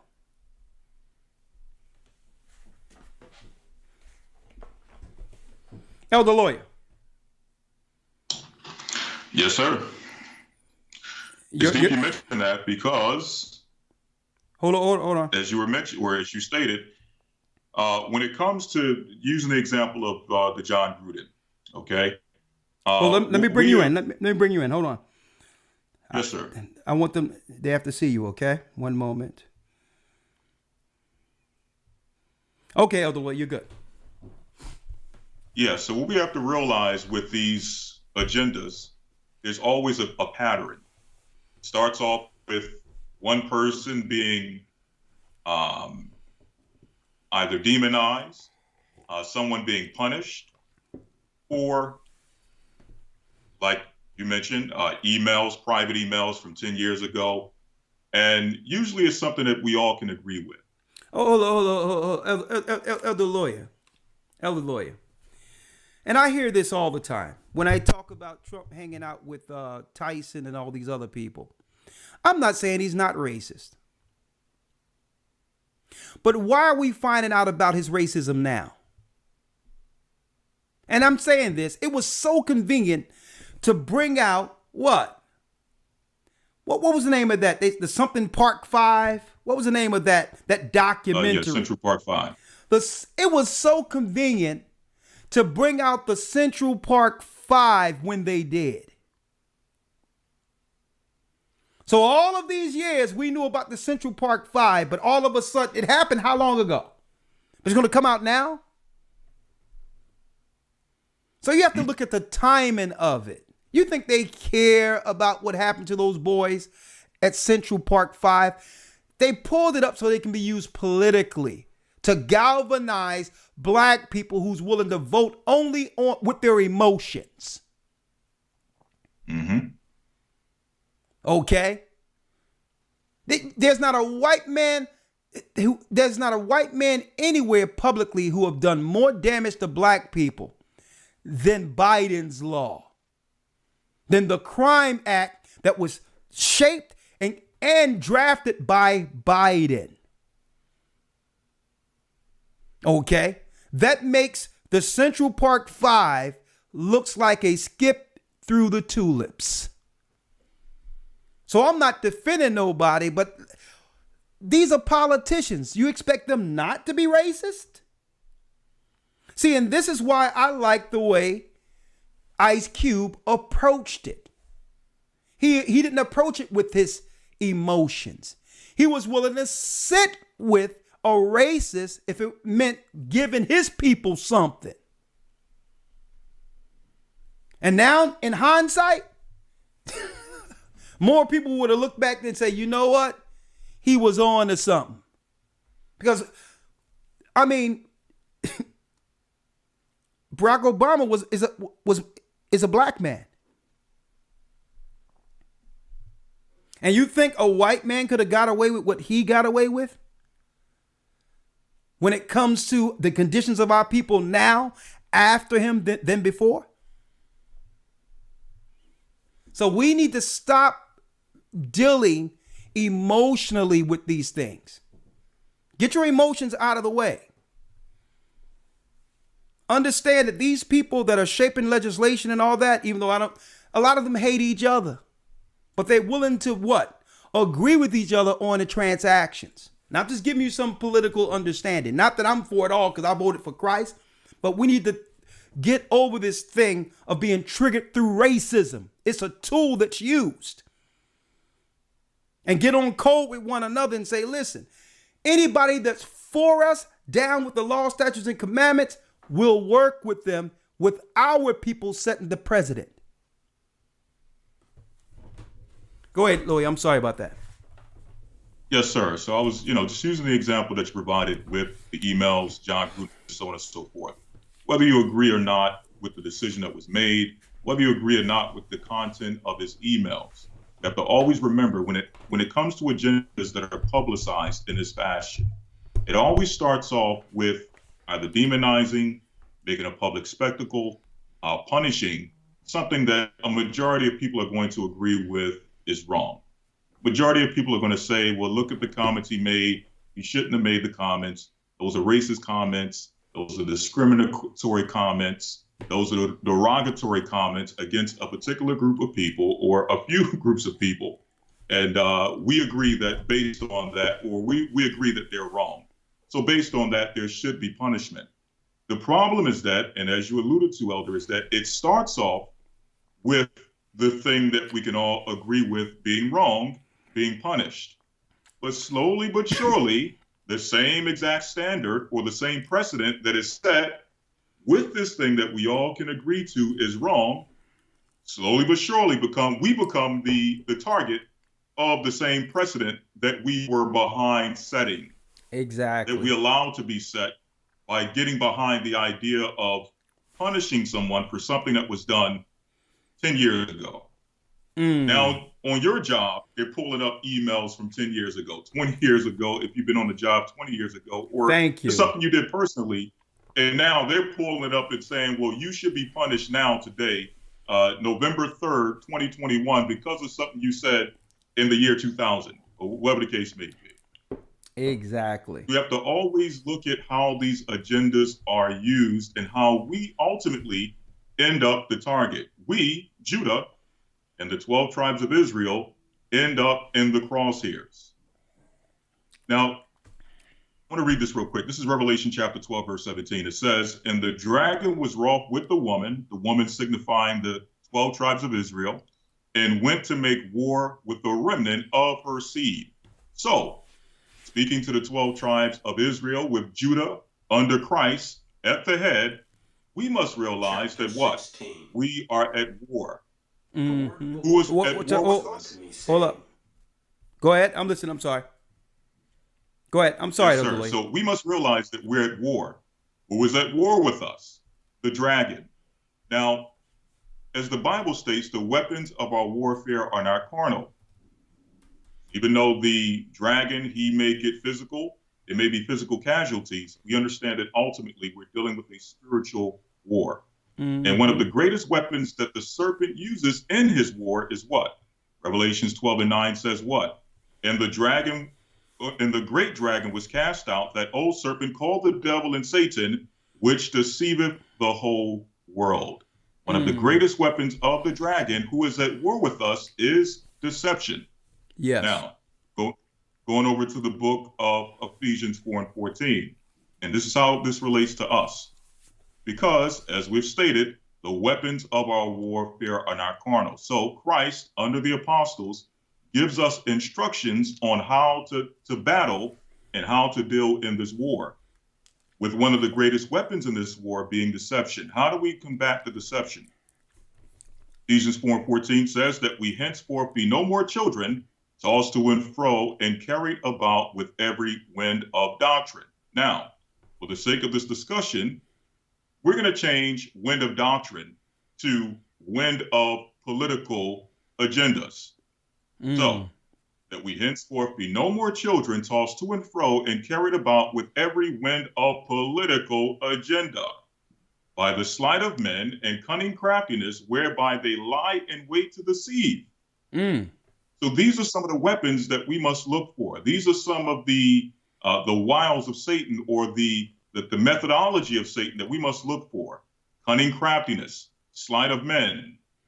Every 4 years or every so often, we see a new political agenda being pressed to get us emotionally charged against one thing on the left-hand side, while on the right-hand side, slowly but surely, we're being made out to be the target of the same thing that we have been emotionally charged against. We're being emotionally charged. In other words, we're being emotionally charged against ourselves. Case in point, we were made to believe that this whole idea of police brutality, of racism, of black men dying in the streets at the hand of police, we were made to believe that this was something that originated under the campaign or the presidency of Trump. We were made to believe that because a neo-Nazi, white supremacist, Ku Klux Klansman got in office, and all of a sudden, racism originated. Black men dying at the hand of police originated. Okay? But here's the question. The cry of Black Lives Matter. When did we first begin to hear the slogan or the cry, the war cry, the battle cry of Black Lives Matter? Was it under Trump? Well, let's see. You go to Black Lives Matter website. They tell you when they actually began the cry, Black Lives Matter. This is from their website. Black Lives Matter was founded in 2013, keep that in mind, in response to the acquittal of Trayvon Martin's murderer. So, who was in office in 2013 when the whole thing with Trayvon Martin happened, when he was, according to the narrative, when he was murdered? Was that under some white Nazi Klansman coming to to rally white America against black people. When did it happen? I believe in 2013, we had not only a Democratic president in office, it just so happened that that Democratic president was also a black man. Exactly. And Biden, and Biden was vice president. And Biden was the vice president. So we believe that the same Biden that was in office under Barack Obama, so-called black man, who under the presidency or under their term, Trayvon Martin was murdered, Freddie Gray, Eric Gardner, Michael Brown, Tamir Rice, who was Sandra Bland. These are all names that we were hearing about under the presidency of a black man, who at the time, as Elder mentioned, which I totally forgot, Joe Biden was the vice president. So we believe that somehow we're going to trade off the neo-Nazi who sparked or who caused the racial discrimination. Under him, racial discrimination originated. Neo-Nazis originated under Trump. Police brutality originated under Trump. So we're going to move him out the way and put the same guy in office who was in place when Black Lives Matter was created. Now, with Black Lives Matter, as Elder showed earlier, one of the leaders of Black Lives Matter, in fact, let me make this statement. All of the leaders of Black Lives Matter, which we weren't told when they began, we believe that they were organically or were made to believe, again, them using cunning craftiness and the sleight of hand to lie in wait and deceive us. We believe that they were an organic organization who were solely there for the sake of what? Justice for Black life. Restoration for the injustices and the murders that are happening against Black people. We had no idea about their preferences as it pertains to who they decide to deal with in the privacy of their bedroom. It wasn't until later that they started getting steam and Black people started kind of getting behind it and saying, yeah, that's right, Black lives do matter.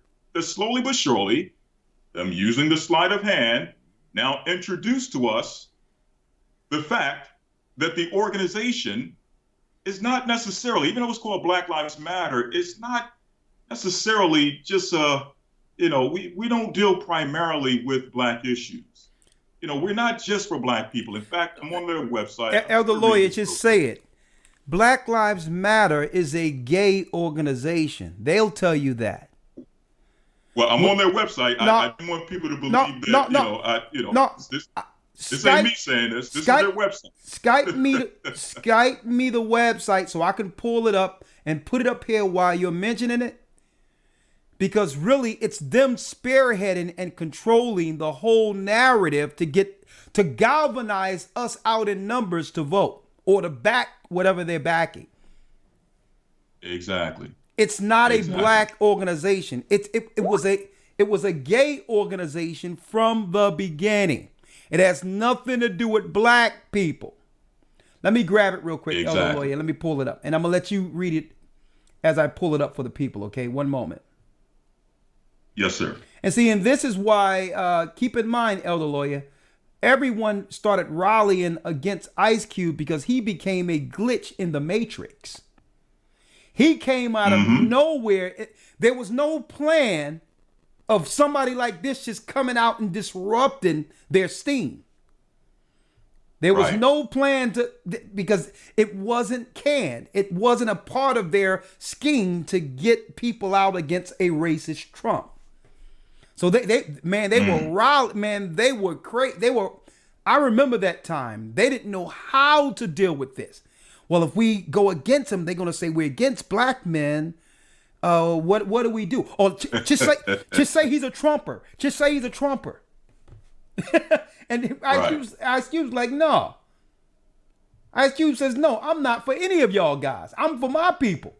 But who's ever in position, since y'all asking something from us, we need a guarantee that we're going to get something from you first. Hold on, let me grab it. Let me get it, Elder Lawyer. Hold on. Which is ironic. I mean, go ahead, keep on. I'm going to grab it. Keep on going.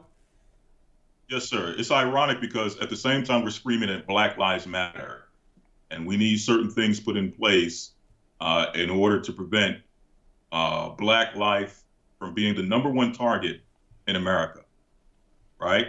Yeah. So a Black man stands up and actually tries to come with a plan that will actually put Black people in a position where they can politically and financially control their own destiny, which would eliminate some of the issues we've been dealing with as far as police and other things, and put us in a position where we can actually protect ourselves.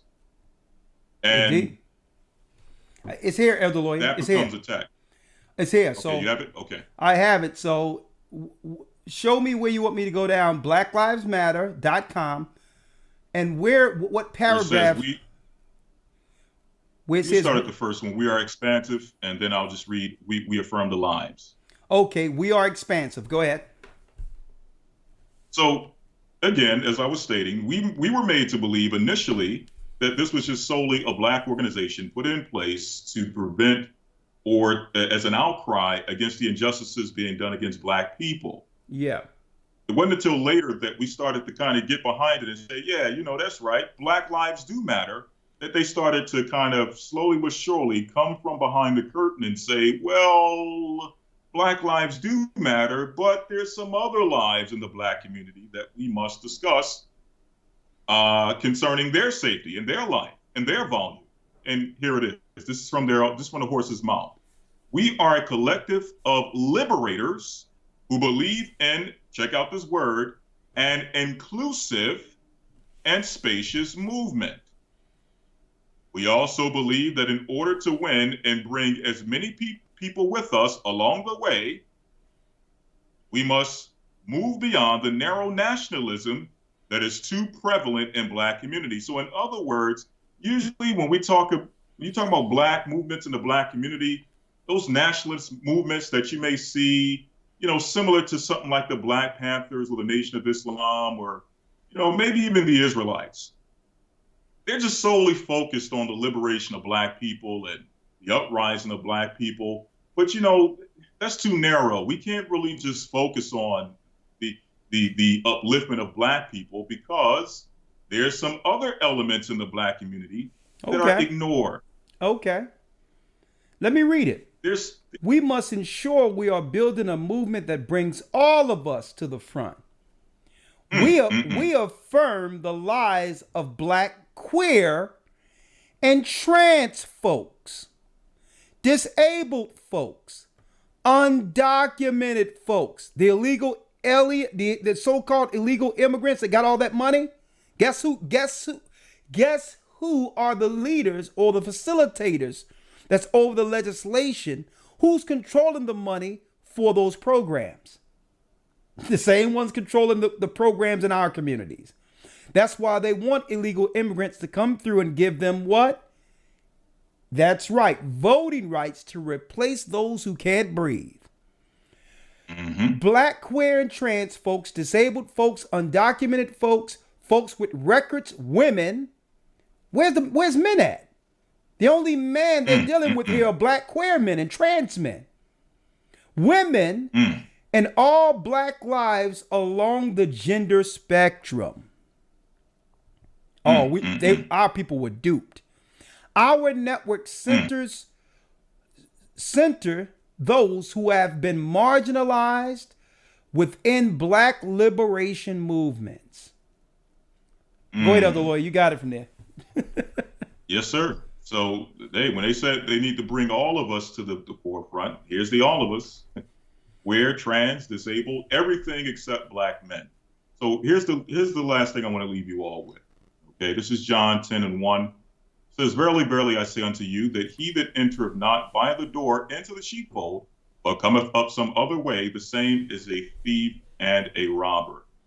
You're going to realize, and many of you have realized, that everyone who initially came into the sheepfold, claiming that they were for the sheep, claiming that they were coming to protect the sheep, claiming that they were for the life of the sheep and fighting against the injustices that are being committed against the sheep, you're finding out slowly but surely that every last one of them was a thief and a robber. The only reason they came into the sheepfold was to steal from the sheep, to kill the sheep, to use the sheep to uplift and uphold their own political agendas. So, as we've been showing, Judah, it's time to wake up. No one is for your turn. Oh yeah. Okay? Sorry to break it to you. I'm sorry. Go ahead. Elder Lawyer. People wondered why when. Not to say Trump is better. I'm just going to give an example of how our people deal strictly with emotions without reading into things politically. Why do you think so many of what you would call the LGBTQ community were crying and all that when Trump got in? And over Hillary. These were white liberals. It wasn't about racism with them. They were afraid that he would begin to do something with the programs that have funded their families, the liberal programs in our communities that are really feeding white liberals, like the abuse programs and all these other programs. Folks, that money is doled out through them, white liberals and the white gay sector, LGBT sector. So the whole thing is they was afraid. It had nothing to do with race. It had something to do with money with them. Because even Trump was even talking about, well, yeah, there's some programs we can help the black people with. But what do that mean? They get a little less of the minority pie. Less will go to LGBTQ if he was to take that same pie and say, well, let's give something to black people. See? So this is why they have that all-inclusive thing and say that it's inclusive or minority, because there's only but so much money goes towards minority programs. So if he was going to give something back to black people, it would be less for what? Immigrants, as well as the LGBT group who are over a lot of these contracts, and white liberals who are over these contracts. That's right, folks. Poverty is a business for the liberals who own all of those nonprofit programs. It's not our people running these programs in the inner city. It's them. So they were afraid because if he's going to give anything back to black people, he wasn't going to find new money. He's going to take from the other minority groups. And I want to put that out there. That's reallocate. He's going to just reallocate it. So he wasn't going to just draft up some new money. Like, they knew he was coming after their coffers and giving some of it back to our people. No way, Jose. And that's why they came in. Even white people was calling Trump racist. He's racist. He's racist, ain't he? But I wanted to put that out there. Elder Gabar wanted to come in. You have anything else before I bring him in? Oh, no, sir. No, sir. You can bring him in. Elder Lawyer always bringing something good. I wonder what perspective Elder Gabar has. And I'm sure that, he hold on, let me bring in Elder Gabar. Blah, blah, blah. He's been waiting for a while. Gabar Yasha Island. Then I'll open up the lines for a little bit. There he go. There he is. All right. There he is. All right.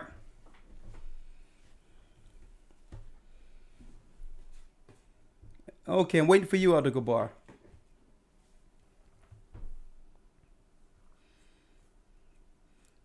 Okay, he's unavailable. One moment here.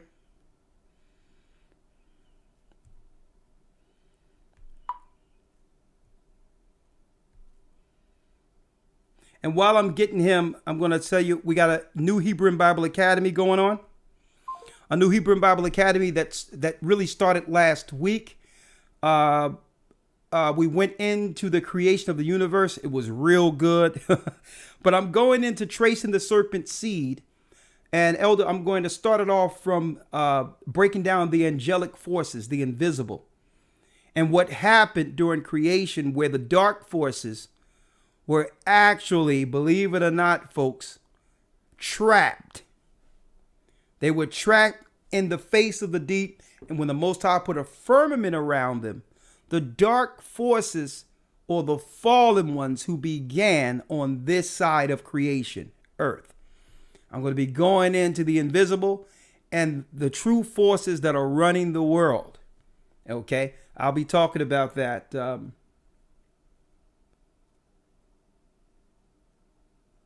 Okay. Elder Gabar is in a meeting, so I'm going to let him do what he has to do in that meeting, and we'll open up the calls, okay? Yes, sir. Okay. I'm going to just let him know to call in, and just let me know in 10 minutes if you want to come in.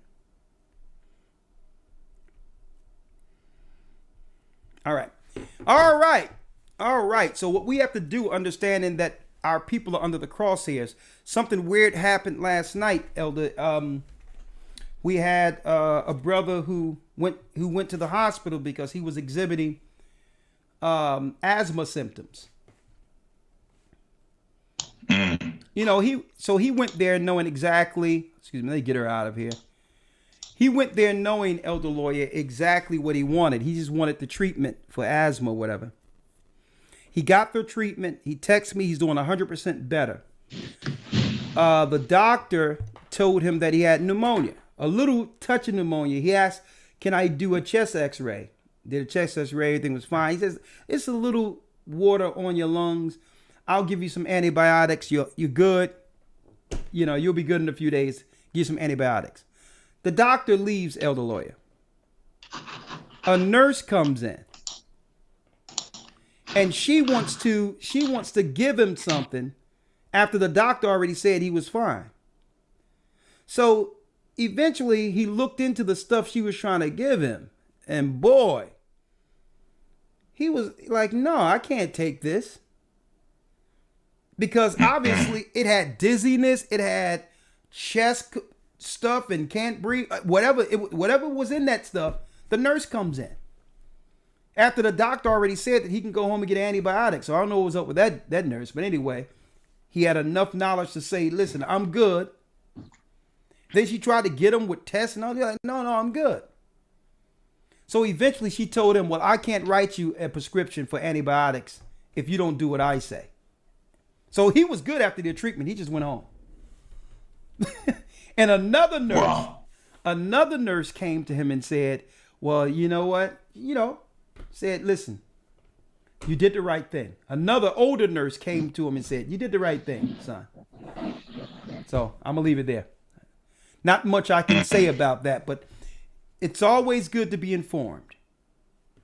Now, if he didn't have the knowledge and understanding of what was going on, he would have fell for whatever this nurse was trying to do or whatever the case is. But he's fine now. He's drinking tea. He got what he needs. He went to the doctor's office the next day. But it's best to be informed and get the help you need out of the hospitals and just get what you need out of there. That it's a blessing. He's fine. All right, let me make some calls. Let me. Matter of fact, let me call you right back. I'm gonna bring in the blog talk. Yes, right, sir. Shalom. Yep. Let's see.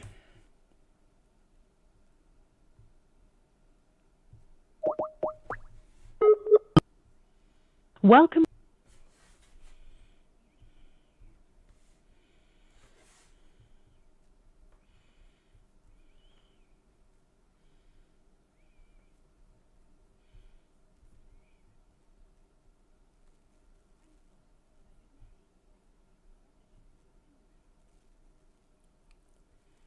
All right, come on.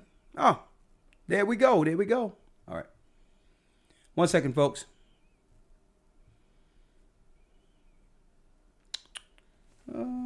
Yeah.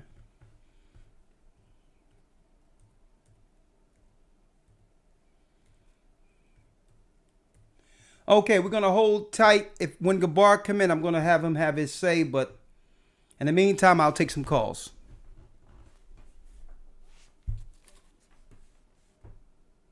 Blog Talk Radio. Please hold and you will be able to listen to the show.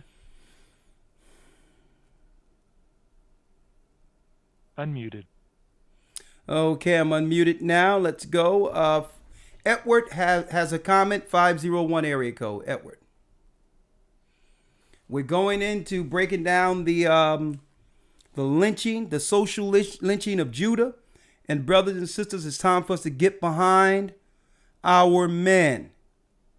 Not on no George Floyd garbage. 501 area code. Shalom, Elder. Hey, Edward, you're live. The floor is yours. Yeah, I just wanted to add a comment, based because I kind of caught, the end of the show, but based off of a particular source that I'm hearing, I'm not going to give the name. It's an online forum through BitChute, but they were talking about white supremacy being tied with Iran, and so I'm looking at this and and comparing notes to what you are bringing, and to see how it how it's kind of like all over the place, but they're definitely have a lot to say regarding this this white supremacy stuff, and having a reason to go to war with Iran, which is it's kind of ridiculous when you look at it. I'll be willing to give you the source offline, or what have you. I would appreciate it if you would give me a call sometime so I can speak with you concerning some things as well too. Okay. Oh, well, I'm gonna place you on hold, brother, and make sure the elder write your number down, and I'll call you soon. All right. Okay. Thanks a lot, Elder. All right. Well, bye. Anytime you hear about the news trying to demonize and try to use verbiage like white supremacy, know that it's straight garbage. Okay, straight garbage. Okay, the only thing they're trying to do, just like when they went into the 1% and all this old other crap, let me tell you, it's all about trying to win over the sentiments of the grassroots, to make us believe that they're actually on our side concerning things. Okay, so they're going to try to use verbiage like white supremacy, white nationalists. We are against these white nationalists. These are white people on TV saying this too. And you know that they're laughing and joking the whole time in boardrooms making this crap up. Okay. All right. It's really about having us believe that there's some people in high places fighting white supremacy. It's utterly ridiculous. There'll always be white supremacy until Christ returns. It's called the Roman Empire. The Bible prophesied the Roman Empire, the fourth beast. Okay, so they can put that out there, to try to trigger those who don't know any better to go against the system, to stomp you out. That's all they're doing. It's bait. White supremacy. If they was against white supremacy, what they'll be saying in of itself is it's time for us to stop our own rulership. I'm against my own rulership. Utterly ridiculous. 404 area code. Hey, Elder, how you doing? I'm blessed by the best, and his name is Ahia. The floor is yours. Thank you. Yeah, I'm calling on the social lynching of Judah. I have a couple of comments, and I want to ask you a question at the end, if you don't mind. I'm reading a book right now. It's called The Negro Project. Mm-hmm. I don't know if you've heard of it. But before Planned Parenthood was actually called that, it was called The Negro Project. And it talks about Margaret Sanger's, it's a diabolical, dangerous, disastrous, and deadly plan for Black America. Mm-hmm. I looked up the word diabolical. It actually means characteristics of the devil, or so evil as to be suggestive of the devil. Mm. So the biggest social lynching of Judah that we have going on right now, this book has been an eye-opener. We have 1,000 abortions a day in the Black community. That adds up to 500,000 abortions a year. And since 1973, it's been 19 million abortions. And I did not notice. Oh, yeah, we've covered. Listen, we've covered the Negro Project. We went over that in some of our lessons. And even in the Okay. academy, we've talked about the study progression of eugenics, where evolution and Darwinism, all of these things were a part of convincing the people medically that our people are genetically inferior to white people. And and to do so, they can get rid of us through natural process and be absolved from it because we haven't evolved into a person yet. So this is why it's okay for them to do certain things medically to us that they can't do to other races of people. This thing is really ingrained within the fabric of America. These witches, warlocks, and eugenicists who are going to always use some level of science to attack our people. At the end of the day, it doesn't matter what plague, whatever comes down, it'll be us. And I believe what we're going through, what you're seeing right now, is their final solution. And this is why they started putting out words like the people who are disproportionately affected. By saying that, they were able to segregate us politically from everyone else and make us the target of this campaign. Right. You understand? Yeah, So what you're saying about the Negro Project, guess what?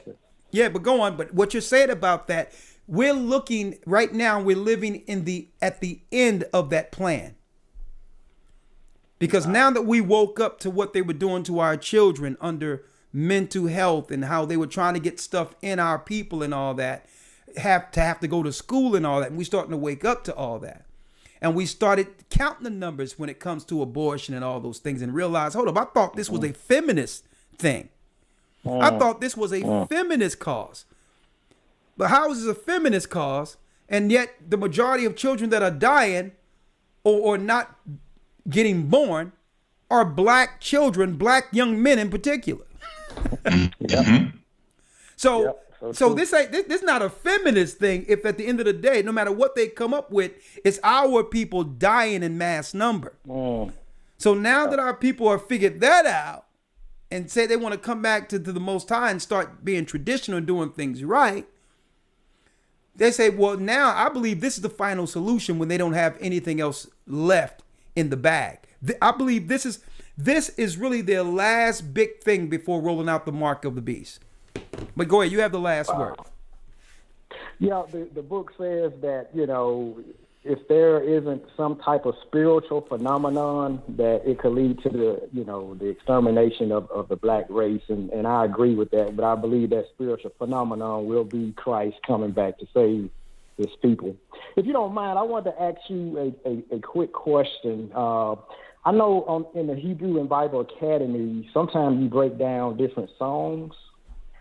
And I wanted to ask you if you have heard the song by Prince called New World. Have you heard that song yet?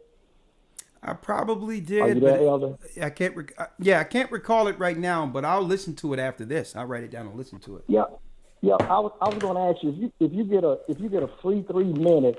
It's called New World by Prince. Okay. He brought the song out in 1996. He wasn't Prince then; he was the symbol.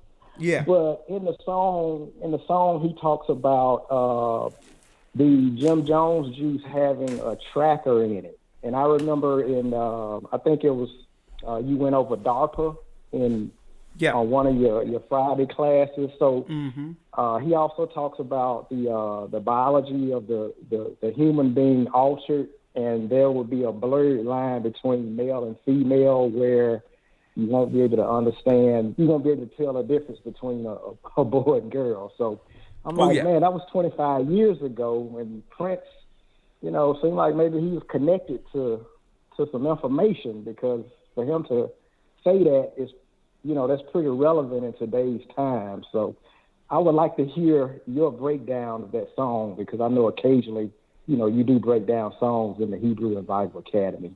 And okay. That's all I wanted to talk about. Yeah. Well, I'll tell you what I'll do. I'll make sure, let me put it here. What I'll do is I'll make sure I'll listen to it. Are you in this academy? Yes, I am. I'm in my 6th Hebrew and Bible Academy. I won't be missing any. So, I'm on Patreon, so everywhere you at, I'm there. If you, thank you. It's kind of like if you root for Naomi. So, I really am blessed by your ministry. I appreciate it. Oh well, praise. It's the Most High's. It's the Most High's work. You know what I mean? So. Yes, sir. Yes, sir. And I need you to check this out because Elder Ramar sent me something, and I'll listen to the song and we'll review it together in the academy this Sunday. Okay? All right. Thank you. I appreciate it. All right. Shalom. All right, and we'll be going into the truth concerning the dark forces that rule this world. All right? The truth about what they call aliens. Tracing the serpent seed next Sunday. If you wish to be a part of it, it's only week 2 and we'll give you the week missed. Go to historytimes.org. Don't worry about it. We'll enroll you, get you in, and you'll still have the lesson and everything you've missed from the previous in the previous Sunday. So this you're not going to miss anything Sunday. You're going to get the first week, and you'll be ready to get in starting the second installment, Tracing the Serpent Seed. Let me pull something up here. Excuse me. Yeah, there it is. All right, check this out. CNN Business, Elder Lawyer. CNN Business. CNN Business. What do we have here? CNN Business. And you're a Hebrew guy, so you can more so go into it than I can, Elder Lawyer, with in the academy this Sunday, since we're talking about the Hebrew.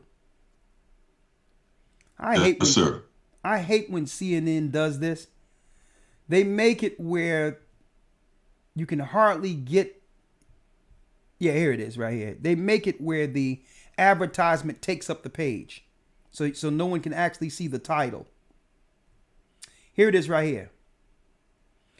Hebrew speakers mocked Facebook corporate rebrand to Meta. Most people don't know that Facebook is changing its name. So they're saying that Hebrew speakers mock Facebook. Israel. Social media users in Israel are mocking Facebook's company name change to Meta, as it sounds similar to the Hebrew word dead. Speaking of zombie. See, they love doing things in code. So they're saying the name is being changed from Facebook to dead. What's that about? This is CNN too. Many Twitter users scoff at the social media company's rebrand, revealed by founder Mark Zuckerberg earlier this week. Using the hashtag Facebook dead. Somebody did not do their hashtag branding research. It says author, Dr. Nurit Weiss Blatt, author of the Techlash and Tech Crisis Communications, tweeted, in Hebrew, meta means dead. The Jewish community will ridicule his name for years to come. So what do you think they're saying in code there, Elder Lawyer, in the Hebrew, moving Facebook from Facebook to what? To the dead. You think they're foreshadowing a few plans, something to come, or whatever the case is? It's just interesting that CNN Business would actually put that out there. All right. Yeah, very interesting. And if we were to pair it with, if I'm not mistaken, Shapat brought out something in the news pertaining to this Facebook Meta, where it will be a full experience, a full virtual reality experience, where you can basically create a whole new life in the virtual world. So what happens to your real life? Your real life is gone. It's dead. You have now become just a virtual character in the virtual world. Well, let's cover that also. If we're gonna look more into that with the Hebrew, I want you to tell me what you will find by this Sunday. All right, Tracing the Serpent Seed this Sunday. You don't want to miss it. We're gonna go into the fallen ones, And who's really running things on earth? All right. It's going to surprise you. Some of you. All right. Let's go down the line. And again, if you wish to be a part of that, go to historytimes.org.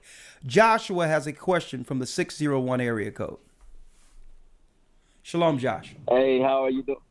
Shalom, Elder. It's an honor to be on the podcast. And all praise to the Most High. And I'm actually in the academy. When I tell you, Elder, when you went into just Genesis, my jaw dropped. You gave me a whole new understanding of what I was going over tens of times. But I have two questions. Yes, sir. My first question, well, more of like a comment, sir. So it was on Revelations chapter 9 and verse 11. That's my first question. When you had brought out about Abaddon and Apollyon, I realized that I had looked into it. I found out that Apollyon, there's different names for Abaddon and Apollyon. One of the names was Gilgamesh, and I found out that Gilgamesh was a ruler in Babylon. So, as before, so shall it be. So when I found out this is the king, and I understood that even king, corona, in a sense, a king wears a crown.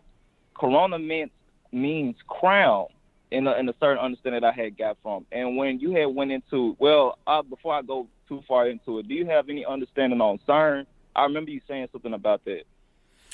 Well, the information I have on CERN is the fact that what they found is that's really an ancient artifact. It was actually part of the original Tower of Babel, the base of it.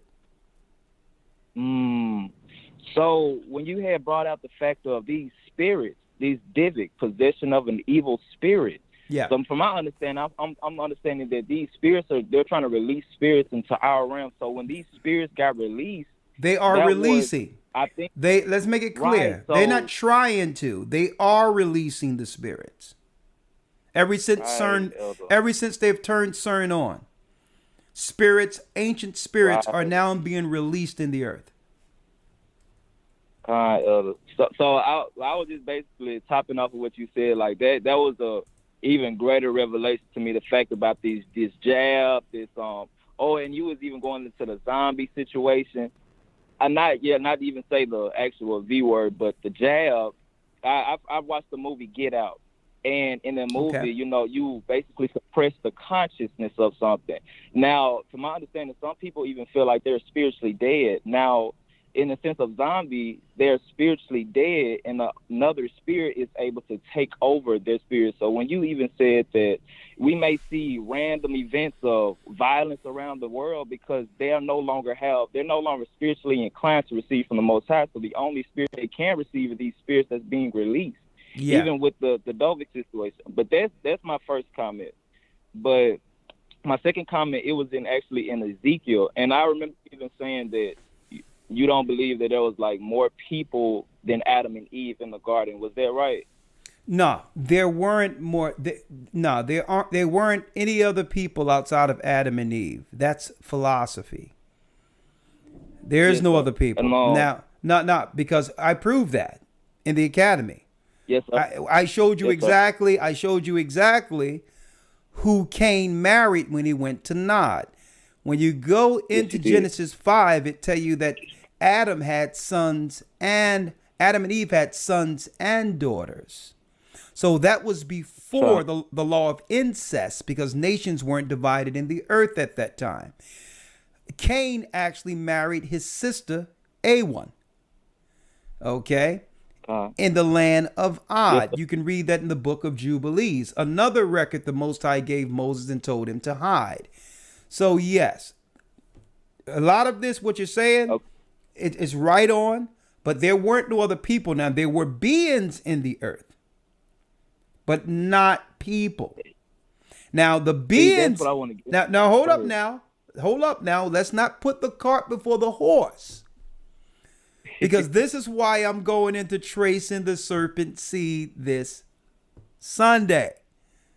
I'm going to show you who was here and how they got here, and how eventually they would emerge out of the ice.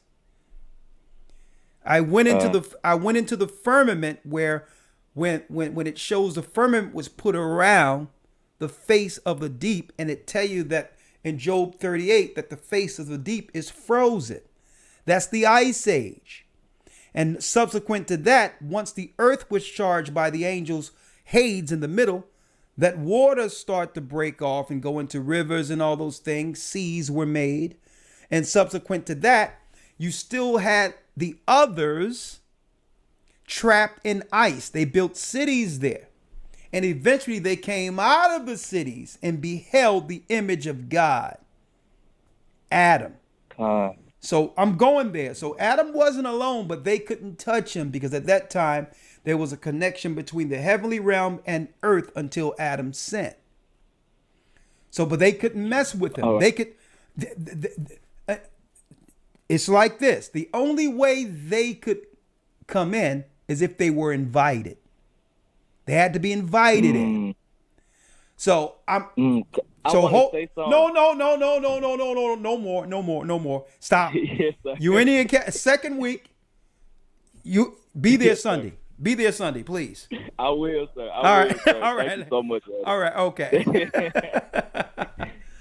All right. Go to historytimes.org, Josh. I'm glad you're in. And when I make statements, I like to prove what I'm saying. And a lot of you are getting some insight of what we deal with in the academy, a little bit of it. Let me show you this. Let me show you 1 second here. Web here. Let me get it. Lesson. Hold on. Let me get it. Right here. I like to give people an insight of some of the things that I'm saying. This is from CERN, a document from CERN that was turned on. And as you can see, these are white papers, scientist papers, CERN Accelerating Science. And as you can see, in their white papers from 1970, February, they broke down undermining the Tower of Babel. That CERN, that's right, CERN in Europe is an actual part of the Tower of Babel. Here's the white papers. I got it right there in front of you. From CERN Accelerating Science. And even back in 1970, they were afraid of what happens if they were to turn CERN on. And guess what? That's right. Around 2011 and 2012, they turned it on. And you started hearing about earthquakes all over the place because why? That thing is powerful. It's releasing demons and causing the total destruction on the earth. I'll be going into that. So I have the paperwork. Listen, this is science information and all that to let you know that, yes, the Tower of Babel has been turned on. I'll be going into that too. All right. 1 second here. We have Sabrina Kwam. I have you. I'm going to bring you in also. Ed, I have you. Don't worry about it. I'm going to let you all in. Sabrina. Yes. Shalom. You're live. Shalom, Elder Ricard. This is Sabrina from Washington State. I am in the academy, and it's just mind-blowing. All the puzzle pieces are adding together, so thank you for just being who you are. Praise the Most High. Also, I have yes, absolutely. And I have two questions. So the first question is, so with the Facebook turning into Meta, everybody should definitely delete their Facebook Meta thing right now, right? Oh, I don't know, sis. I mean, personally, I had a conversation about that in the academy where I said that, listen, some of these platforms, if we use them with our privacy in mind, isn't a bad deal if you're doing business or other things like that. But when it comes to a time where you allow them to intrude in your privacy, putting your children out there, your family out there, your locations where you're going, that's when social media becomes very dangerous. Okay? So I don't know whether or not someone should like, that's one platform that I've never been a part of, and I don't care to be a part of it. But I mean, I know that it's used as a reconnaissance, and a lot of people connect their phones to it where everywhere you go, Don't forget, this guy got so much information on you. He have more information than any of your family members. I'm speaking of Zuckerberg. So I think people need to be cognizant and disconnect themselves when it comes to how much of privacy they're giving the public. All right. So I'm not there, so I can't make that choice for you. I don't know where it's going. But you have to make an individual choice. But you really need to make sure your children and your family members are not there. And here's a tough thing about this. When it all goes down, and you're not going to be able to deny when things go down who your family is. You may want to save a family member and say, I'm here alone. They'll be like, well, no, here's your cousin's name. They came here yesterday. Here's this, here's that. I know your children. I know exactly what they're like. I have all the data on you. So really, really a lot of this data is reconnaissance for war. And see, and that's why I'm very careful. People shouldn't try to put their personal information out there and shouldn't try to put other people's personal information out there either. Privacy is A1. Okay? You want you want as little about you out there as possible. Okay? Right. Thank you. And my next question is, so I know that you mentioned something to do with the vax going out on people who are part of, SSI and getting food stamps. What is the prediction that you have for that? What is the what? What is your prediction for that? Is it something?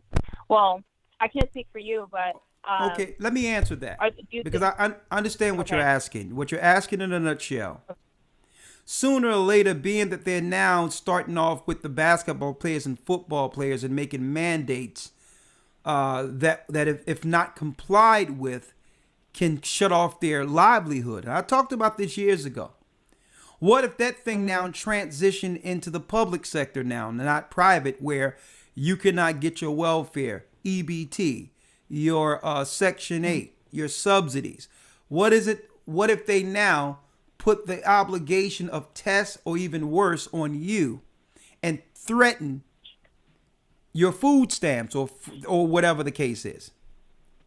Well, this is why we've been telling people it's time to pivot. Don't allow the circumstance to force you into a choice, not a choice, a circumstance in which there is no choice, but to sacrifice yourself to make sure your child eats. Okay, you don't want to get there while there's still some similitude of movement. We need to get in front of all of this to make sure that if they say, well, listen, we're going to cut you off tomorrow, you're not going to make a decision based on not being able to feed your family. So now it's time to start pivoting. And this is what COVID allowed others to do, to begin to understand how to be able to operate in some level of entrepreneurship. Find a gift, do it. I mean, hey, I went and bought myself a flat top that for cheesesteaks and all that. I got that right there waiting. So that if I have to make some sandwiches or whatever the case is, boom, you can get yourself a truck. You're going to make me one right. Listen, go downtown, get yourself a cheap vending license, go to Amazon, get yourself a flat top and a deep fryer. You can got your fries, you got your wings, you got your bread, you got your sandwiches. Whatever the case is, start finding a way to make money while the getting is good right now and stack and prepare. Make sure you have herbs. Make sure you have all the herbs of the earth, because sometimes you may not be able to get to a hospital and you'll need herbs to help you for whatever the case is. And food.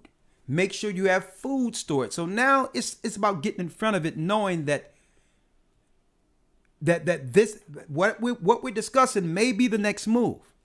If they can tell Kyrie Irving, well, listen, in New York you can't play basketball, even though other people can come in and play that didn't get it.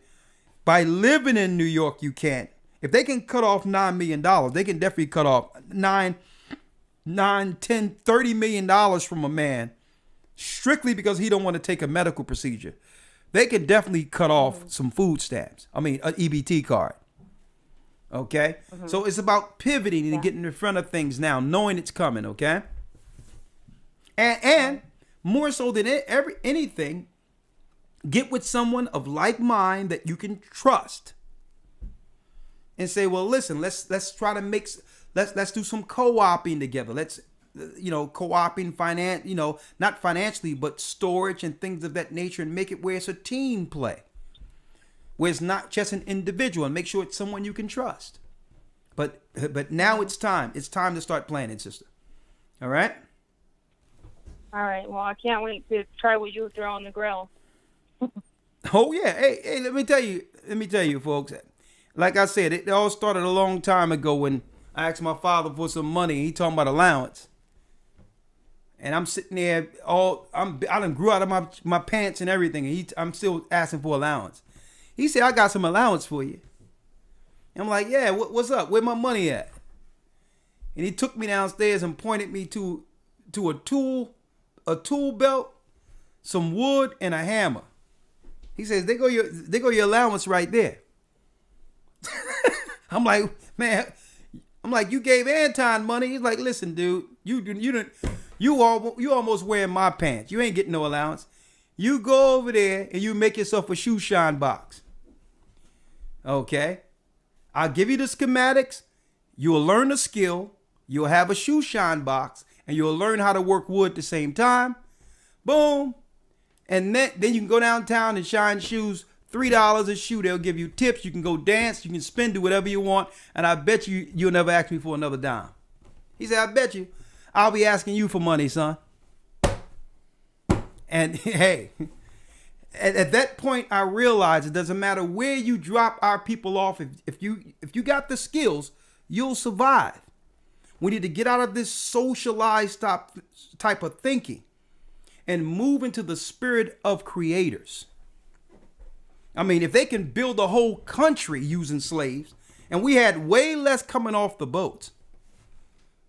We didn't have no EPT cards. We didn't have it. We were just thrust into boats and build everything you see here. So it's time to start utilizing some of those gifts for ourselves. All right. Now, boom, boom, boom, boom, boom, boom, boom. Let me go down the line, a few more calls, and then we're going to break down. Okay, this has been a great broadcast. I don't want any overkill. And I tried to wait for Elder Gabar, but I'm sure he's in an important meeting. 646 area code. Let me bring Kwame in. Hey, Shalom, elders. How y'all doing? Shalom, how are you? I'm all right. Blessed by the best. I just wanted to just make two comments. One about the Arabs moving into the communities. You already know what that's about. You know, they always use them to take our women, to set up those shops where they sell the bacon, egg, and cheese on a roll without people behind it making it, and they won't touch the pork, but they'll sell it to us and all that, and they'll sell the cigarettes and the liquor and all that kind of stuff to our people to keep Judah docile, and also to convert us, because like Psalms 83, that's the scripture we always read that tells us that tabernacles of Edom and Ishmael, they confederate. They love to pretend like they against one another, like that left-right paradigm you always talk about. Okay. And they love to pretend like the Arabs are against Edom. And while Edom is using them to infiltrate into the communities because they brown skin, and they bring the corruption and stuff like that into it, and it changes the demographic as far as who you can trust and things like that. Because once they become Muslims, now everybody's an enemy in that sect. As far as Kyrie Irving, the other thing I'm going to say is it's funny that they allow Magic Johnson to play with HIV, but this brother won't get a vaccine, and now he's like the enemy of the NBA in the world now. But they allow Magic Johnson to play with HIV out of retirement, and it's more contagious than anything. It's just crazy that this has become such a vital part of our lives to be jabbed up or not. It's ridiculous. It's ridiculous. Hey, it's deep that you mentioned the comparison. That was a great observation there, to mention the similarities, how they were able to introduce HIV to the black community through using a prominent figure we all looked up to, Magic Johnson. And that was the first introduction we had to any HIV or AIDS in our communities. And yeah, they allow him to play with it. And another thing, it was Fauci during that same time who made this connection between HIV and AIDS. And all the other doctors were looking at it and saying, well, hold up, there's no connection there. It was Fauci there introducing, along with these doctors, a new death to our communities that we thought was a gay disease. It started someplace else, another community. But then at the end of it, it's our people dying in number after it was introduced.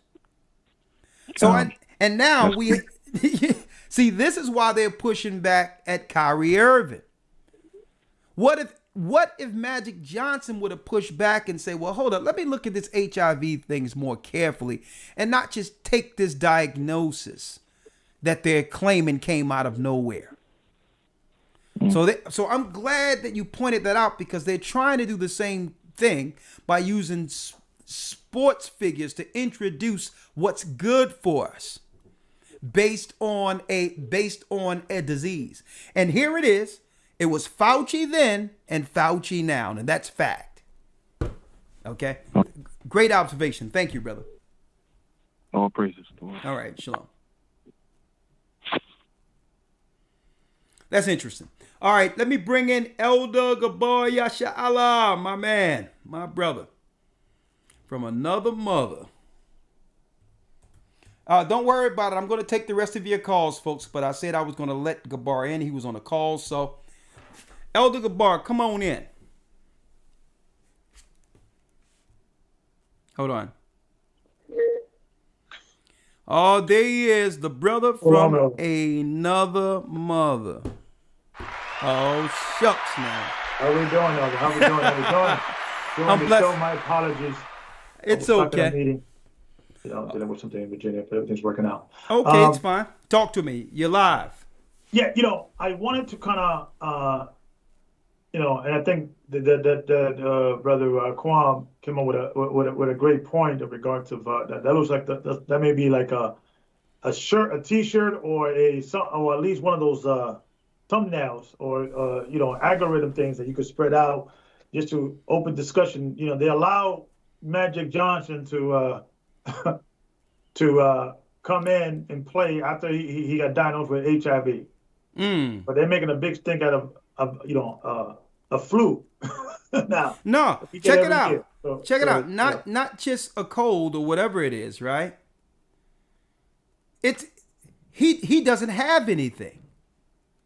So right. So here it is. Here it is. Magic can play with a disease that we thought in the community was a death sentence at that time. We knew nothing about HIV and AIDS. Right. And he can play on the dream team and all that with something that we thought was a death sentence. But a man that doesn't have any disease at all that we know of can't play, and his money's being taken from him based on him not getting something shot into him. That's he don't have no disease, but he can't play.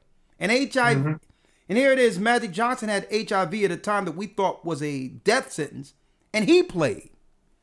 Well, does it have to make sense anymore? But go on. I'm sorry. It doesn't, right? But yes, land backing on the conversation you're having today in regards of the attack on Judah, right? Yeah.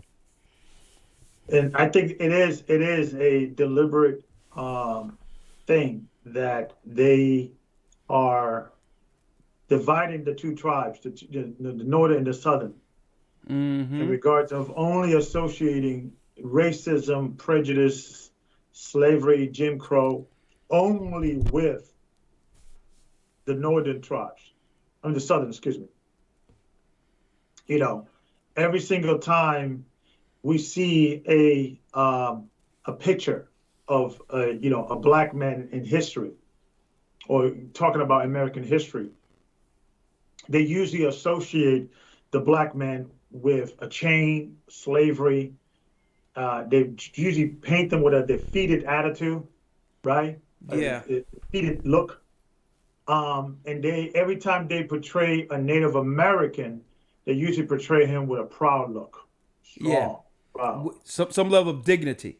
Some level of dignity. Yeah. And usually when you hear the narrative that the Native Americans or the indigenous people either got wiped out or they didn't want to fight or they didn't want to serve in slavery and they fought back.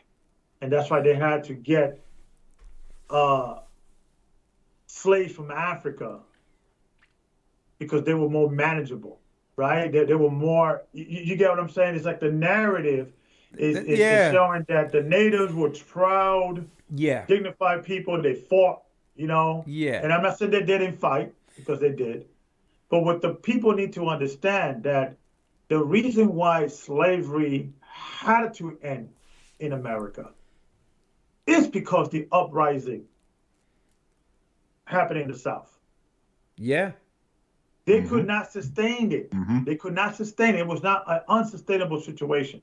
It worked for a little bit, but it didn't rock the way they wanted to rock. So they had to come with a different narrative. Like, okay, let's make them like they're free, but let's give them less rights.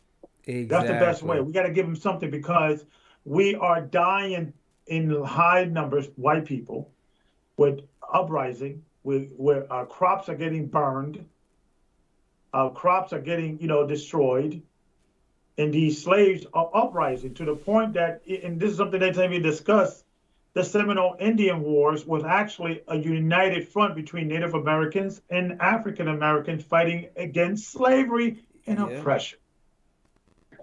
Yo, I'm going to tell you right now, it was just getting bad for business.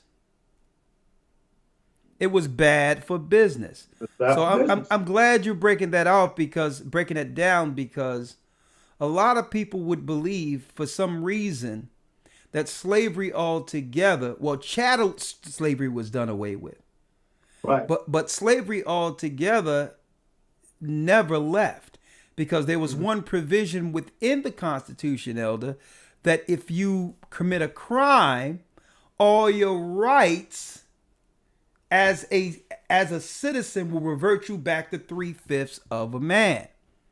So the only thing they would have to do now is to make what we do natural, crime. So that now they can systematically pull you out of society and do it that way and be justified. Jail. So there was never, and on top of that, what they did recognize in slavery, Gabar, is that when you treat the slaves decent in comparison to you have that division between the field slaves and the house slaves. Well, suppose we can create a whole society of house slaves where they have access to almost be on the same level as us as long as they're separate. Right? So the field slaves had all the strength and might and were more irritated than the house slaves. So let's use this as a case study and make a society of people who are house slaves but slaves nonetheless. Because folks, you have a lot of people that was on the plantations who was upset with the field slaves causing issues. They was like, listen, we got it better than the plantation over there. So it wasn't like there was an all-out negative sentiment from our portion with slavery. So Esau sat back there and said, you know what? Hey, let's check out the mentality of those who was okay with it and make that a societal norm using psychology and giving them things and rewarding them like we did those who were in the house. But go ahead, Lord Elder Gabar, your floor. Yeah, and so, and and that's why, all the tribes gotta not fall for the trick, not fall for the game, not fall for these things, right? That they do to keep us separate, and divided. And I truly believe that now we have to start targeting. And it's like, if you are a Levite, you should, your people struggle, your point of view. If you're an Ephraimite, if you're a Simeonite, if you're a Gadite, if you're a Benjamite, your people struggles. So you'll probably be the best person to represent your people. But I think you should also bring specifically a brother from another tribe with you, so then your tribe could see that unity. More and more, we have to see the visual unity within the tribes, right? And for they could explain, I'll come in through the door, right? I'll come in through the Benjamin door because I am with a Benjamin. He could let me in the club because, he knows me and they know him. Okay, we'll let you in because you come recommended by this guy, but then they could see that unity. Why you guys are friends? What's going on? It's the same scenario, right? So I think that we have to start doing it. But I'm gonna leave with this. Yesterday we had a show. We had like a little cute competition, and I think it's fitting to me to bring it out. And basically the competition, I had it with Bishop Amav, Deacon Dave from Canada, Bishop Kazak from Pittsburgh, and myself. Okay. And the competition was, we're not going to get angry for a week. Don't let anybody get you angry for a week. And I'm okay so far. I think I've been okay. 2 consoles today. Didn't blow my top. I'm good. So, but I'm saying that to say this, that I think part of the success in me learning, okay, I gotta focus not to get angry today, right? When I'm driving, get cut off, or then now it kind of forces you to think or act nicer, right? Because then you understand, right? When in a certain situation.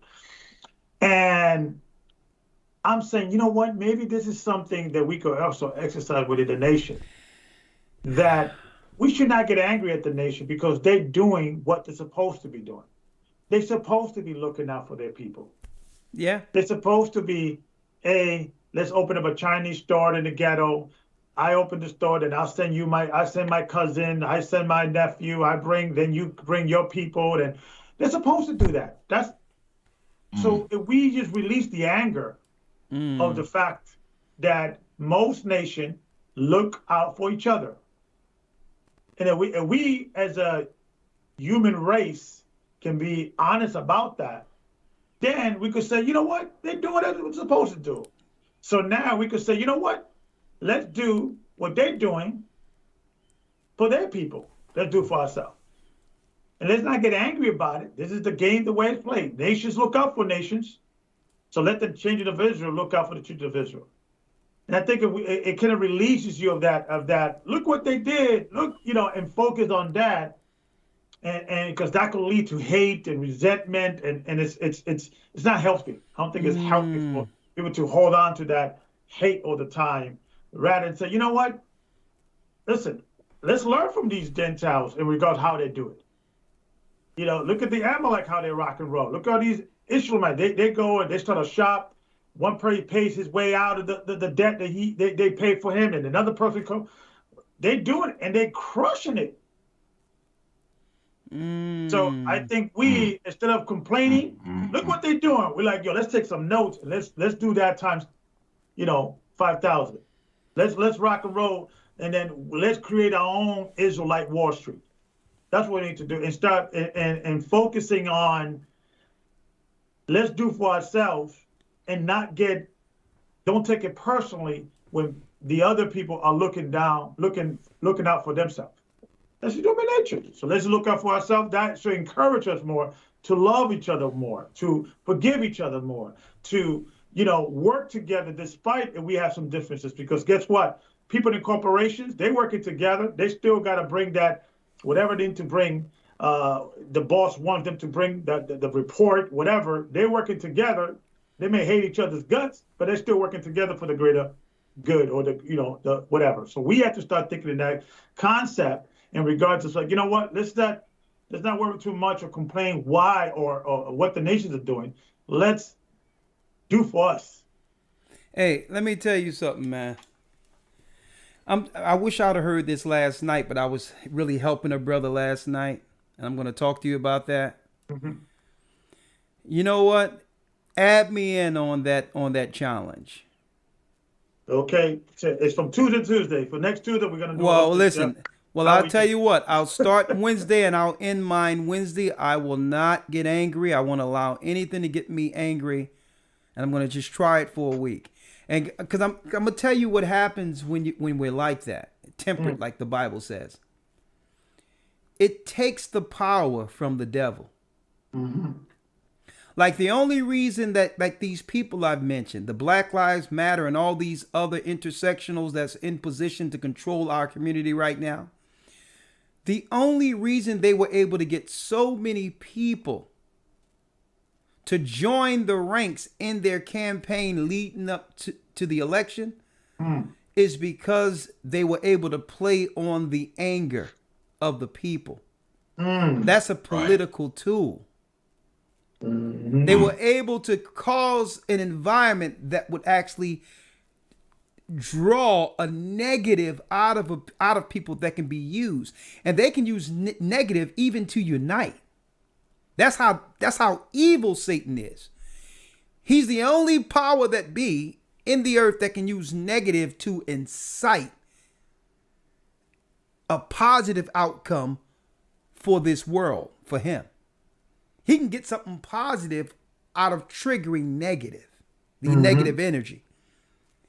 It's fear, these two, fear and anger. I'm going to teach about that this coming Sabbath. Mm-hmm. Fear, I'm glad you said this. Fear and anger is his two tools. So what if they talk about George Floyd and I say, well, okay, I'm not angry. Let's get Ice Cube in the room so we can talk about the finances in our community to make sure another George Floyd would never die again.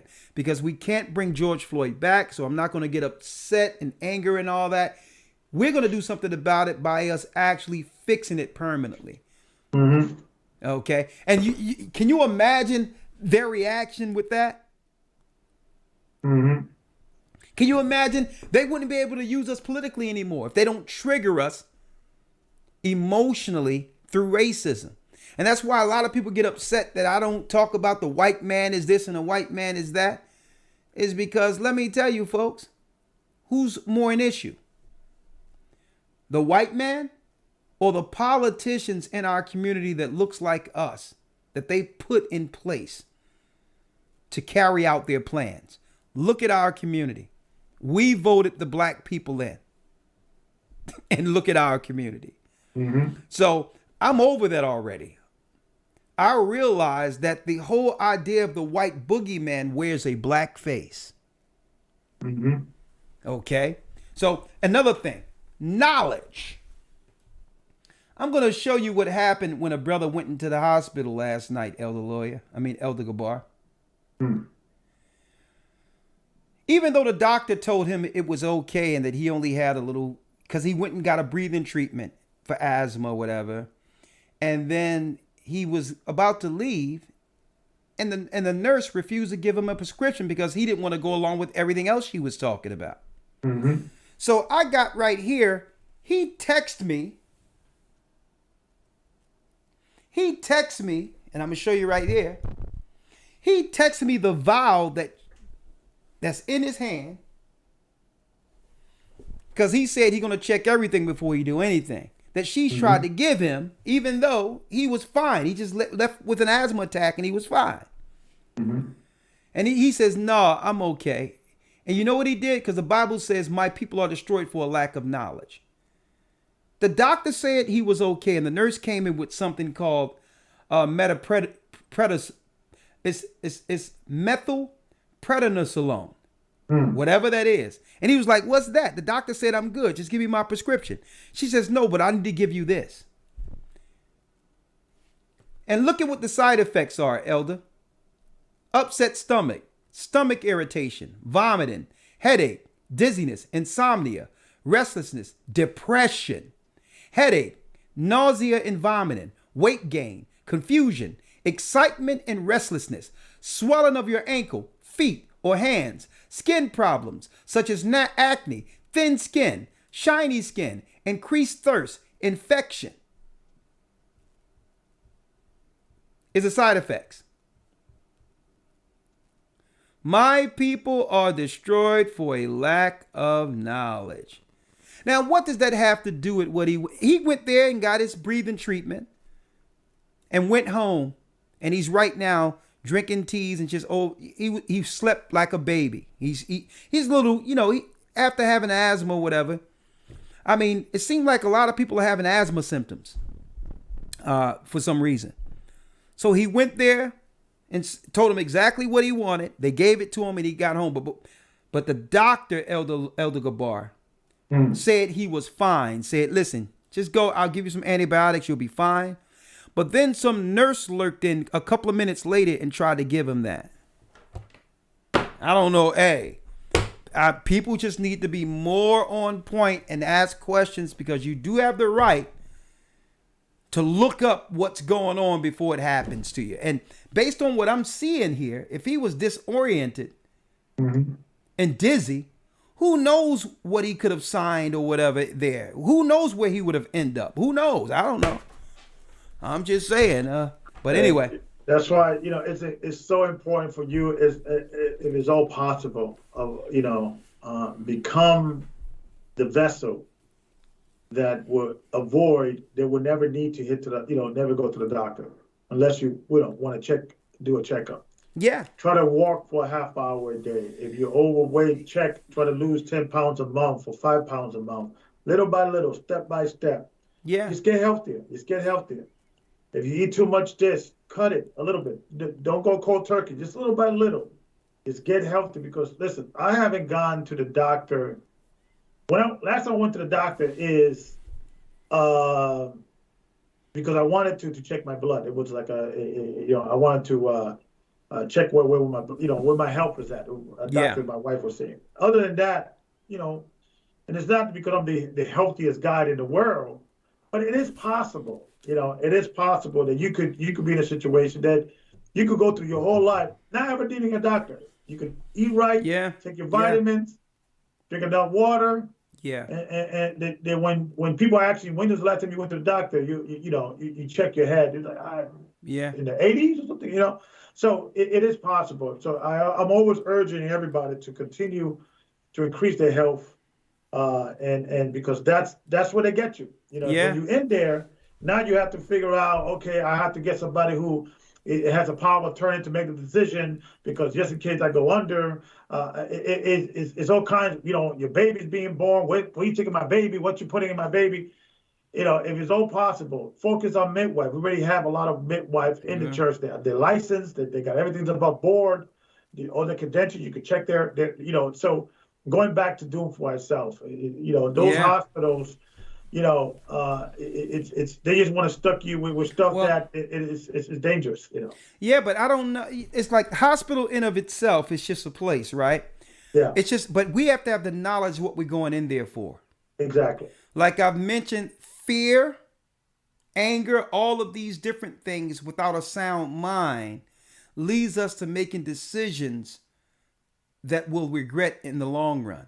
And this is why I'm glad the brother had enough sense to say, you know what, let me look up some of this stuff. And then another nurse came to him and said, well, listen, I guess she looked around and said, listen, you did the right thing. And I say, what were these black nurses, white nurses? He says, no, both of them were white.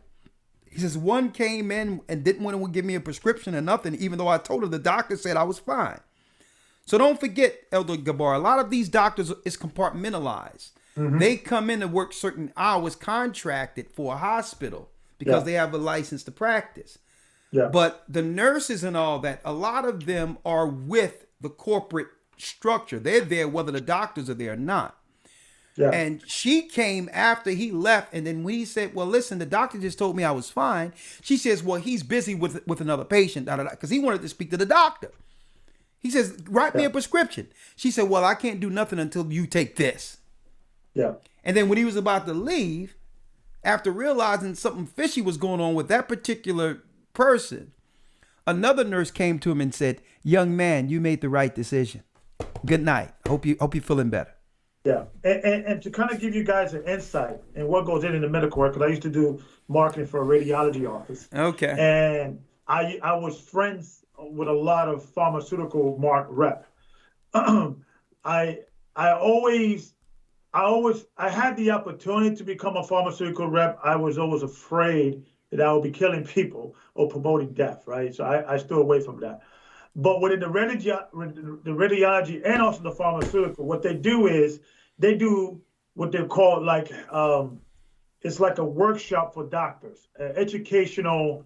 If it's a new technology or a new radiology machine or MRI, a CAT scan, a new service, we will do a luncheon and we'll invite the staff and we'll do a presentation. So you have a sales rep. This is what's going on in medicine 2021. We have a sales rep speaking to hospital staff. We have a new technique, and this is how you can, these are the patients that you could subscribe this new technique or this new radiology machine or this, or yada, yada, yada. We're actually educating them in how to proceed these things. And this is the reason why.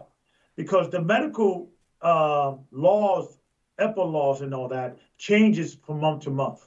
Okay. So it's our job as radiologists that promoting, because, I used to, that was my job to make sure that doctors are up to date. Like, like for instance, doctor, if you could subscribe an MRI for headaches to see if they have this, that, and the other. Oh, I didn't know that.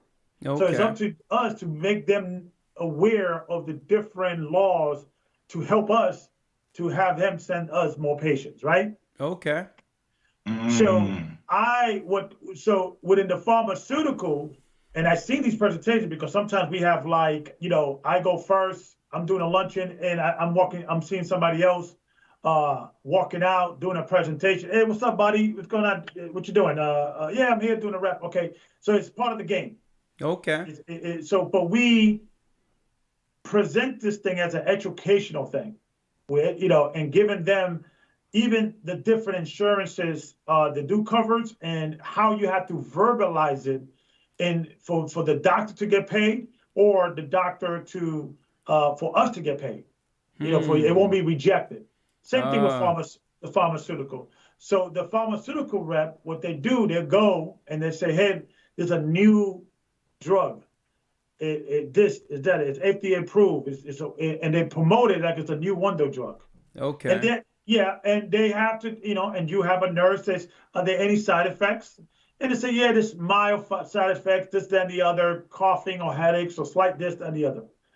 And so therefore, when they have these meetings and then you have this new drug being pushed, then the administrator understands that, okay, if there's this new drug is going to be pushed, the hospital is getting paid and the pharmaceutical is getting paid. So if you've seen so a lot of it is driven by money and just, because every hospital is fighting tooth and nail to get approved for every visit. So it all depends if you could get visited. If you have a good team of people that will do all the behind the scene, the billing.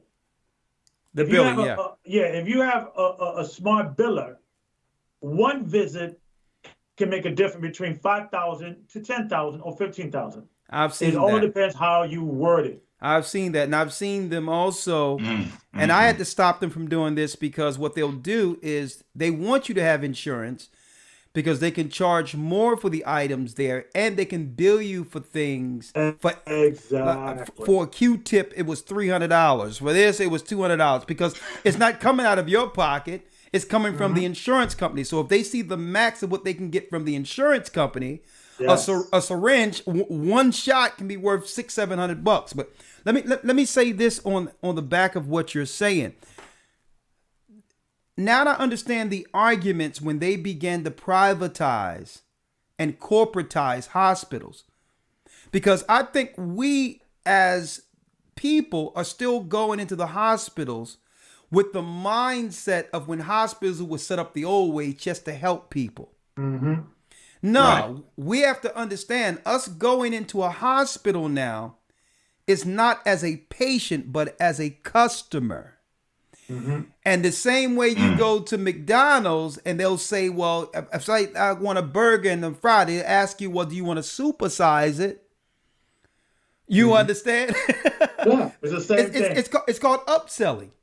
So since Exactly. they don't know if another patient is coming in, so it's corporatized. So, okay, you're about to go home. The doctor told you was fine, but I got this and I got this because I'm trying to add more to the bill. Now, they may be trying to add more to the bill, but suppose that have a side effect that keeps a person in a hospital 2 or 3 extra days. Now, they have a longer stay, and this is why people have to realize, yes, what's in the hospital, elders, will help you. But you have to know the help you're going for. And I believe that's the reason that brother is home right now. Okay? Because he didn't allow something to go into him to a degree where it would have been told to him, listen, you have to stay in the hospital now. Okay? You can't go. You can go if you want. And you sitting there groggy, your foot done swelled up. You can't even think straight. You're like, I'm not going nowhere. Exactly.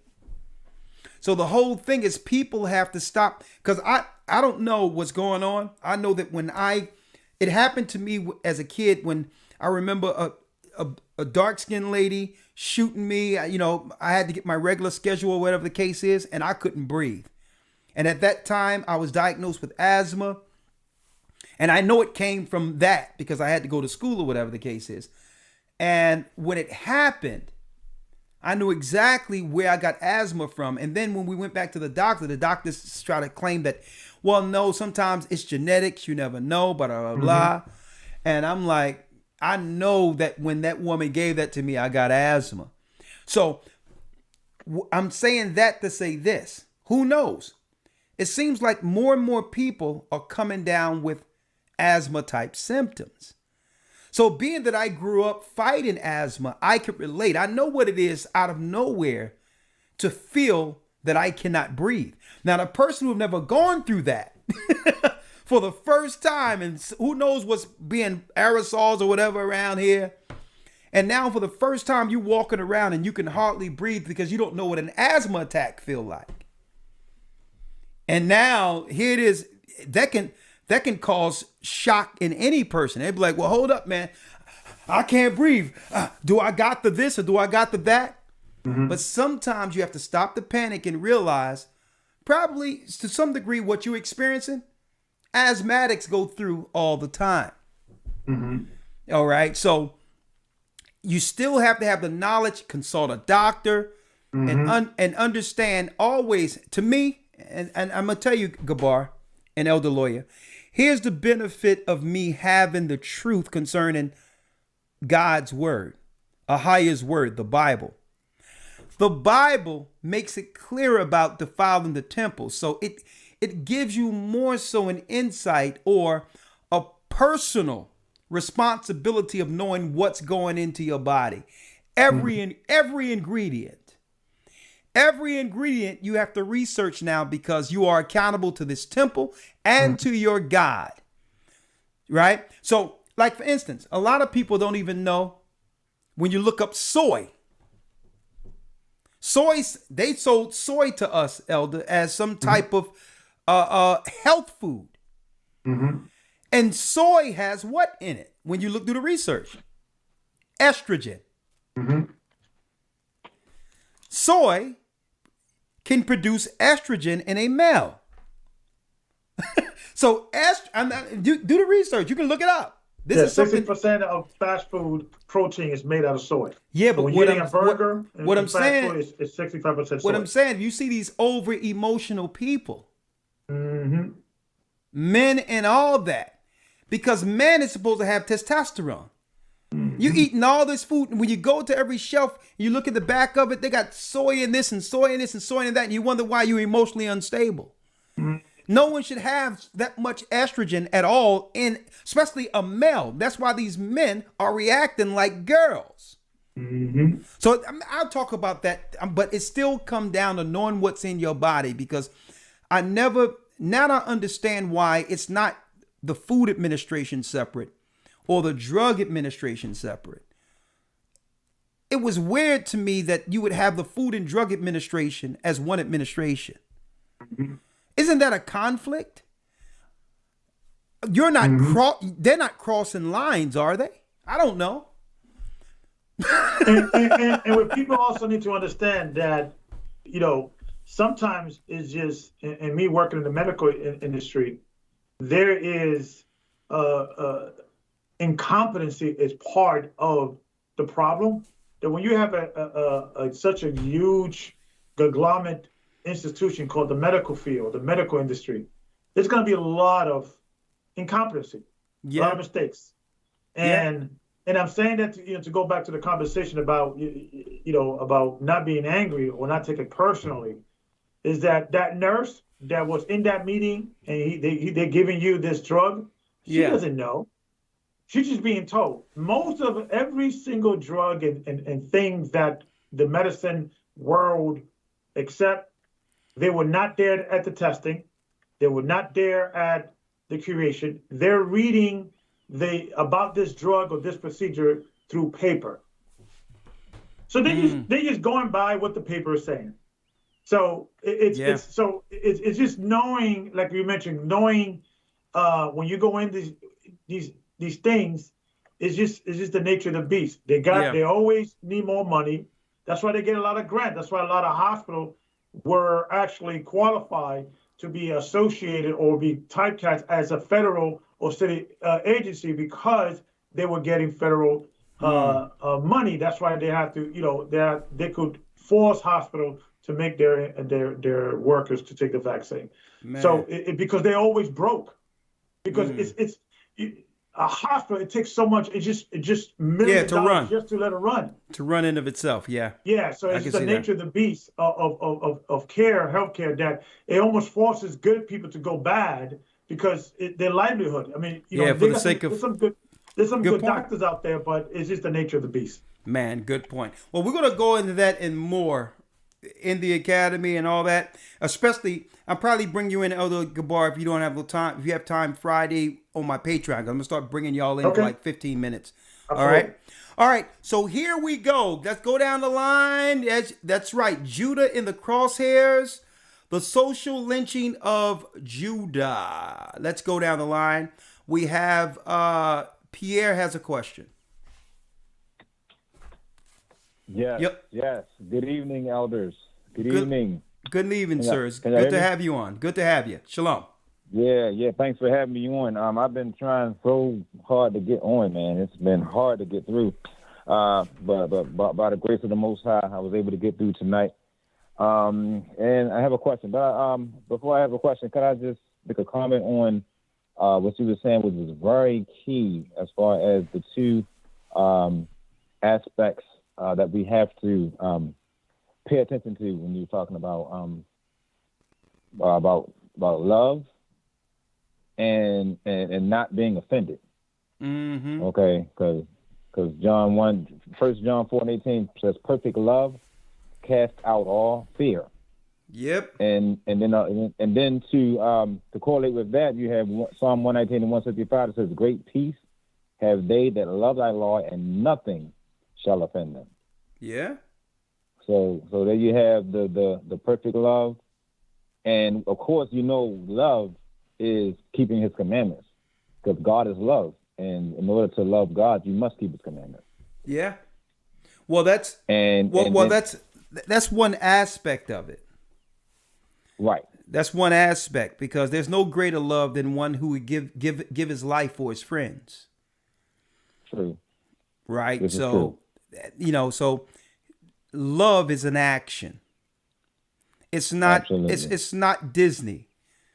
Okay, and that's the mistake that we're making in the first world society, is believing that love or being in love is an emotion, it's an action. Disney created the whole concept of love to make money off of the people. Love is an obligation. Yeah, love is an action. It's more so. You may not be the most chivalrous person out there, but you'll give your life for a person, and you'll respect the person. And guess what? If you have the love of Christ, being austere and all that, hey, you may not be bringing flowers every other day, but guess what? I bet you that person, when it all goes down, they'd rather be around you than someone that's just dealing with the romance factor that was created in this world. Love is an action. Yes, absolutely. But go on. I got a few more calls, but go ahead. I'll let you finish up, and then I got a few more. Come on.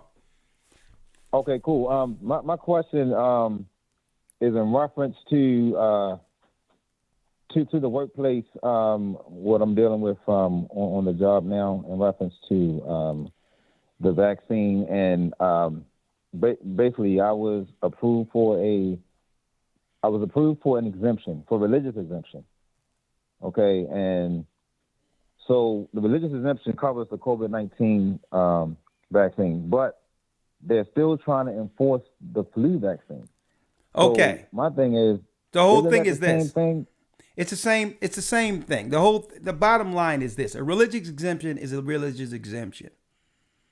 Right. Even when it comes to tests, and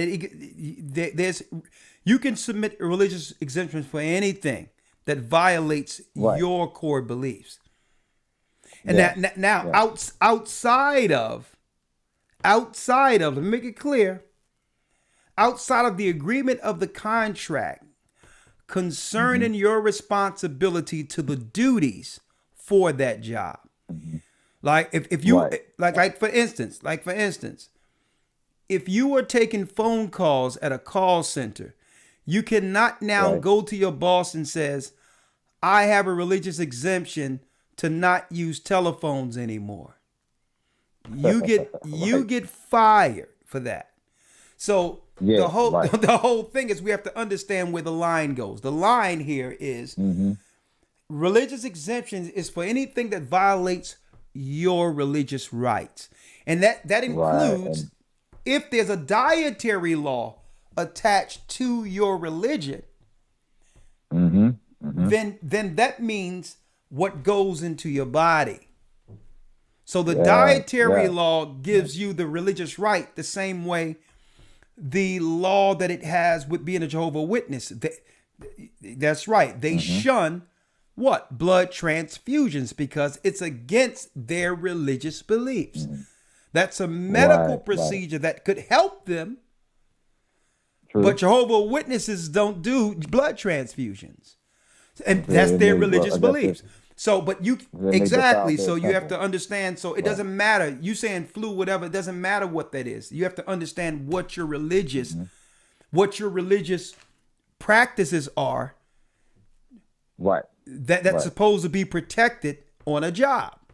You have to determine that with what religion you follow, and the dietary laws that come with that, and you will submit that to anything that would violate your religious protections. It doesn't matter what they say it is from one thing to the next. Right.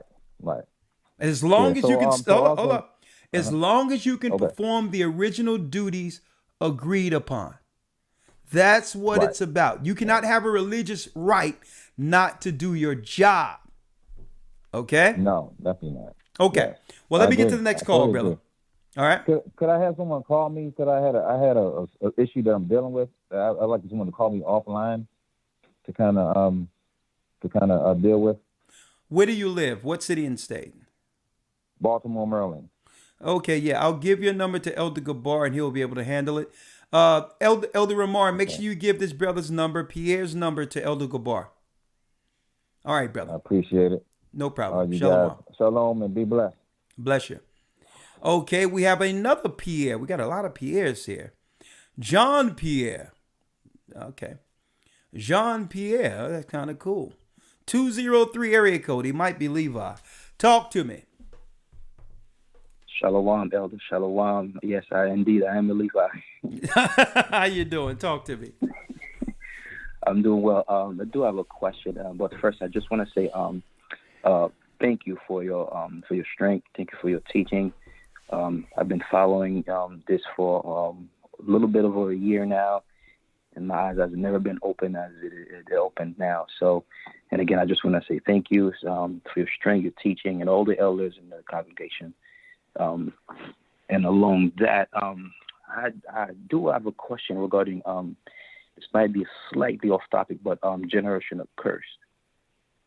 I grew up in a Catholic family, and okay, my mother and also my uncles, they still go with the whole Catholic nonsense, and me coming into this truth now, and the fact that I still reside with my mother.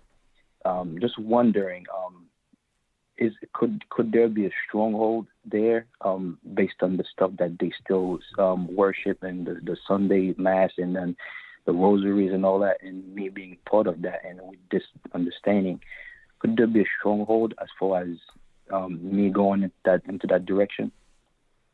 It's like this. The kingdom. The road is so narrow that only one man can walk it at a time. A husband can't bring his wife in, neither can his son bring his mother. Here's the reality of the matter, that time and chance happen to all men. And this is why Christ made statements like this, what I'm about to read here. Okay? Common sense. No man putteth a piece of new cloth into an old garment. For that which is put in to fill it up taketh from the garment, and the rent is made worse. Neither do men put new wine, which is the truth, into old bottles. Else the bottles break, and the wine runneth out, and the bottles perish, but they put new wine into new bottles. Through the mouth of babes I will speak to these people, and both are preserved. Listen to me, young man, and listen good. Are you listening? Con. You have to understand, when breaking someone's belief that's older can make them worse. Keep in mind, their belief system got them to where they are right now, being moral with a tradition to raise a son to see the truth. So to them, being that you turned out okay, there was something good there. Now, if you were to break their faith without giving them the full understanding of what this means, and you would break their faith prematurely, you wouldn't want your parents to turn out atheists and not believe anything at all. They will be broke. So it's not that they're not listening. It's not time yet. So you have to be a man of wisdom to understand how not to break the people you love for an opportunity to bring them in when it's time. The Bible teaches us about what? About those blessed eyes that can see while others were blinded. You can't make someone see that can't see. Okay? And you can't frustrate the matter. The Most High awaken you in this time so that you can see for them. So what you need to do is respect and honor your parents, and know that if you were to pull the only thing that they've been holding on from up under them, it will break them. The best way to do this is to treat them as if they have the truth, with the laws concerning honoring your parents, and don't frustrate them, and be patient with them. And eventually, I've known many parents, when their children deal with them with wisdom, came around. It ain't up to you. Right now, you're dealing with a lot of passion, because I know what that is to get this truth. And it's the only thing that exists because it's the truth. But brother, it's the truth for you. And it's for you right now to grow the wisdom of how to deal with your parents. Got it? Got it, Elder. Got it. All right. Older generation leave us household is a whole different beast. I'll tell you. Well, listen, brother. Let me tell you. Listen. If my mother can come around, I will tell you. Don't forget, we got generations of pastors coming straight off the slave ships. My grandfather, my mother's father was a Baptist pastor who knew the Bible and learned it through Braille, being blind. If my mother can come to the knowledge of this and don't eat pork, shrimp, crab, and lobster and all that, and now look at our videos and in the understanding, guess what? There's hope for everyone. Okay, so brother, it's going to take. It wasn't until I laid off of my mother and did this journey that she understood that it's true. Because why? Children are fickle. How many people join one thing today, and because they're young and they still finding life out, turn to something else tomorrow? So she's like, I'm gonna let my child just spontaneously move me all over the place. But when she sees consistency and your family see that it's benefiting your life in ways that they couldn't have imagined, and they see a growth in you that wasn't taught by them, hey, brother, they may come in just by observing you. Okay? So I'm going to keep it there.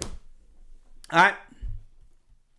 Thank you, Elder. Thank you. And one last thing. What was the scripture you just read? I just wanted to kind of... I read Matthew 9. Matthew 9 and 16 and 17. Okay? Shalom, Elder. Thank you. Shalom. Bless you. Bless you. John has a question. He's been waiting almost an hour. I have to bring him in.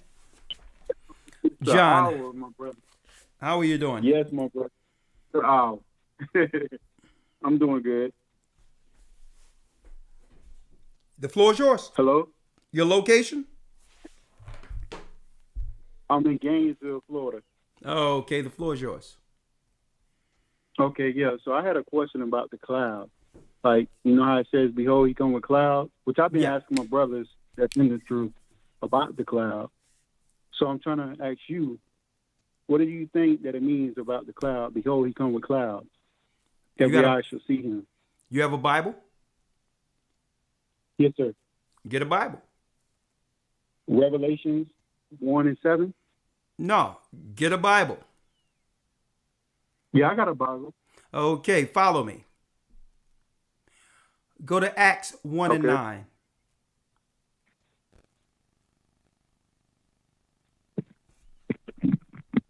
Acts 1 and 9. Okay.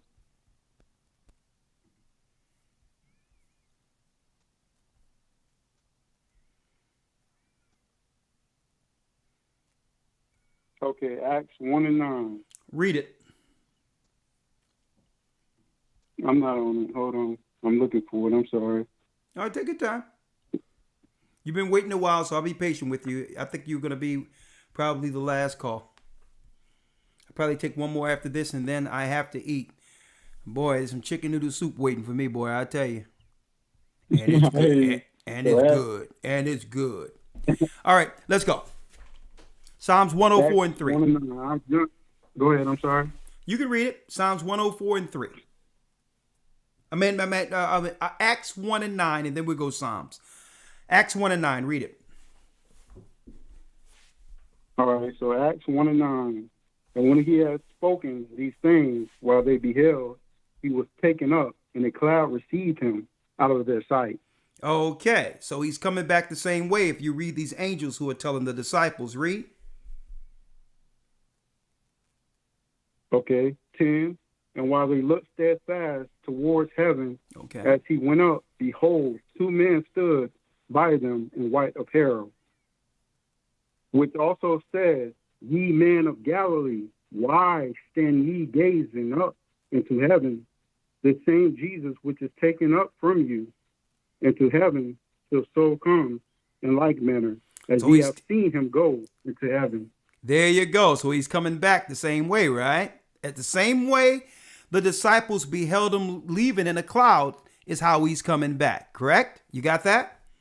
Now let's break down what that cloud. I understand what you're saying, but yet, Okay, but I'm sorry. stick with me But now. what I'm basically I'm not finished. Go ahead. Yes, sir. Go ahead. Through thy precepts I get understanding, therefore I hate every false way. So we're going to give you the precepts. Go to Psalms, the 104th Psalm, the 3rd verse.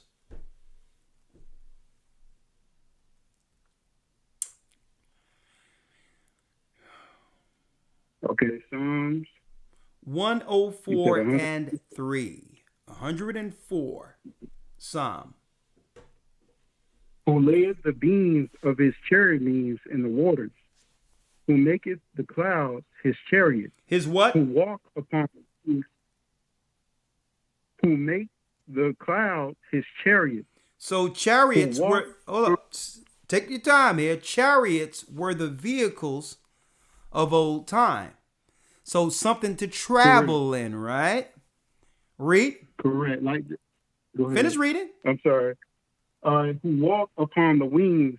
I'm sorry, upon the wings of the wind. Who walketh upon the wings of the wind. Something flying. So people think that it's talking about clouds in the sky. He was taken up in something that you go into and fly in. Got it? Okay. Yes, sir. Could I say something? Sure. Because yet when I look it up, I see that the cloud refers to the internet. So like, yet you coming in those clouds, you, lawmen, you see your ISUPK, IUIC, we all see y'all coming in them clouds. So what I'm basically saying is that, behold, he come with clouds. This is Judah, you Christ. Like, yeah, we all Christ. We make up the body of Christ, is what it's saying. Well, this is what I'm saying, John. You just fell all the way off the horse. How did I? When you look up No, I'm going to show you, brother, listen. I'm with you, brother. I'm not against you. All I'm saying is you need to stop looking at all these groups and find yourself a teacher. Yes, sir. And it says that, the Father going to teach us. Okay, well, this is what I'm saying. Hold on, brother. Hey, listen, brother. Listen, brother. See, I'm here to help you also with your contradictions. Because if the Father is going to teach us, why are you on the phone trying to teach me something? But you coming in the truth is what I'm saying. Brother, listen. Go ahead. Get your Bible where it talks about being tossed to and fro in different winds of doctrine. You have a Bible on you? You want to read it? Now, listen to me. And I'm not saying, I'm not saying to even learn under the gathering of Christ Church. I know. But yet I'm saying, coming in the truth. Hey, brother, listen. If you read the scriptures, it says not to interrupt a man in his speech, right? So that's why I wait for you to stop, because you're thinking about what you're going to say before I even say anything. So therefore, there's no edification. I'm trying to help you, brother. I'm not even saying learn from the gathering of Christ Church. If you're learning from UPK or IUIC, find a teacher somewhere. Because you're going to be worse off if you don't, because you're creating your own doctrine. You don't know it. Now, listen, brother, listen. See, you're going back to the clouds. And I'm telling you, you need a teacher. I'm trying to help you. Okay. So listen, find a teacher that you most respect that can bring you from the beginning to learn the basis of doctrine and how to actually add to it. And you will realize what you're doing with cloud, you're not even in the ballpark of the doctrine of the Bible. And I'm helping you. You need a teacher. Or you're going to be frustrated. And I've seen guys like you listen to all these other people and come up with something, and next thing you know, you're not going to believe nothing at all. because you didn't have a foundation. The disciples had to become students first. You can't be a student. Yes, Listen, you can't be a student. This day I'm listening to the Pharisee. This day I'm listening to Sadducee. This day I'm listening to this group. This day I'm listening to that group. And then come the teachers who are well learned and tenured and say, this is what cloud means. Okay? I'm trying to help you. All right? Yes, sir. I understand. I got you. And hold up. And never say it's the Most High who teaches when you come on to teach. All right? No, but I'm saying when most High is teaching, yeah, brother, I hear brother, you, listen. brother. Hey, like I hear the truth brother, in you.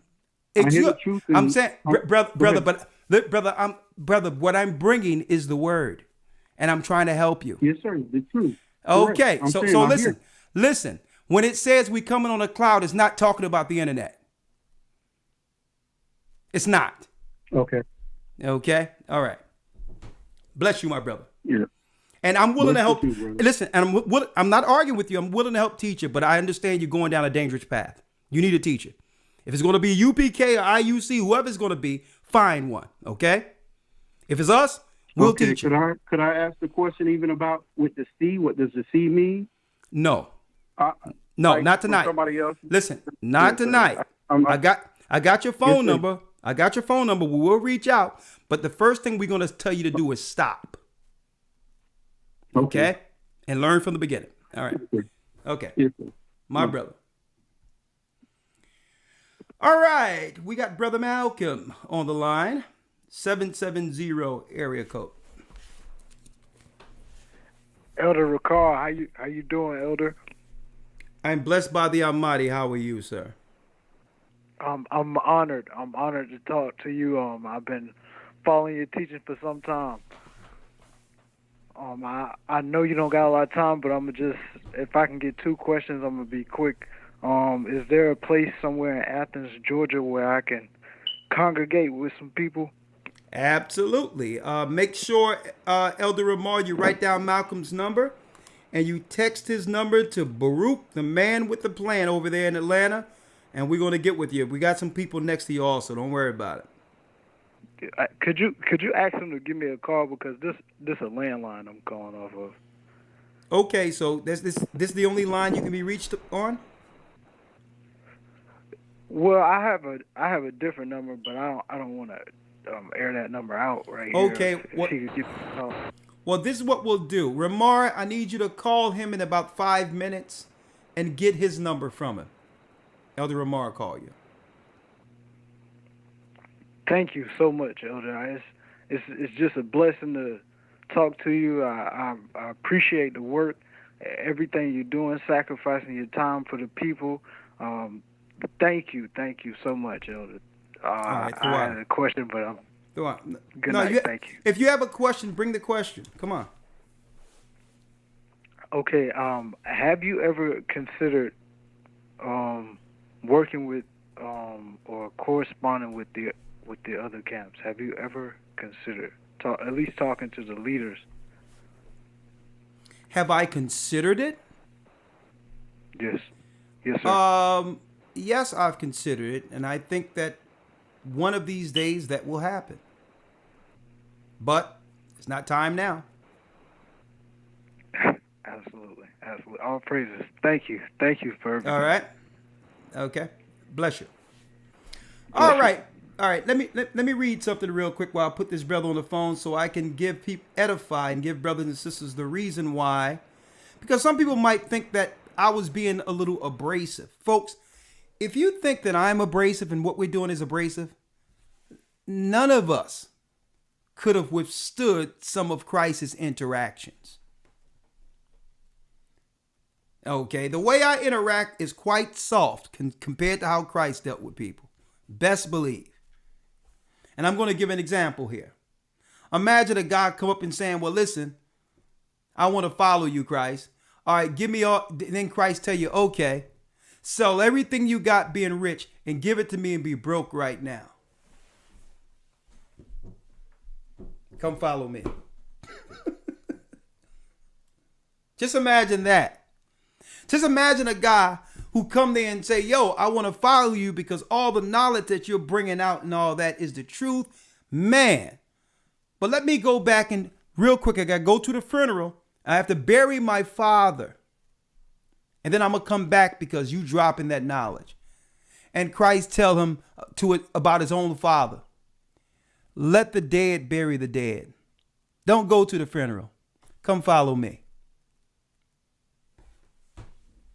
Let me read this real quick because I don't understand, folks, that the way I spoke with that brother was a way in which it was shocking, but it would shock him to the point of stopping from destroying himself. Why? If someone is about to fall off a mountain unbeknownst to themselves and you see the mountain, there's not a quiet way or a comfortable way to save him outside of snatching him. Okay? Or holler real loud and say, yo, you walking off a mountain. Let me read this real quick. Let me read this. Thessalonians 3:9, it says, let me read it out of the Bible.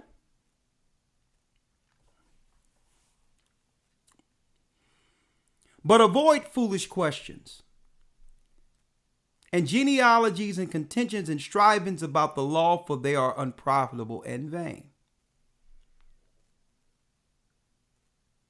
A man that is an heretic after the first and second admonition reject.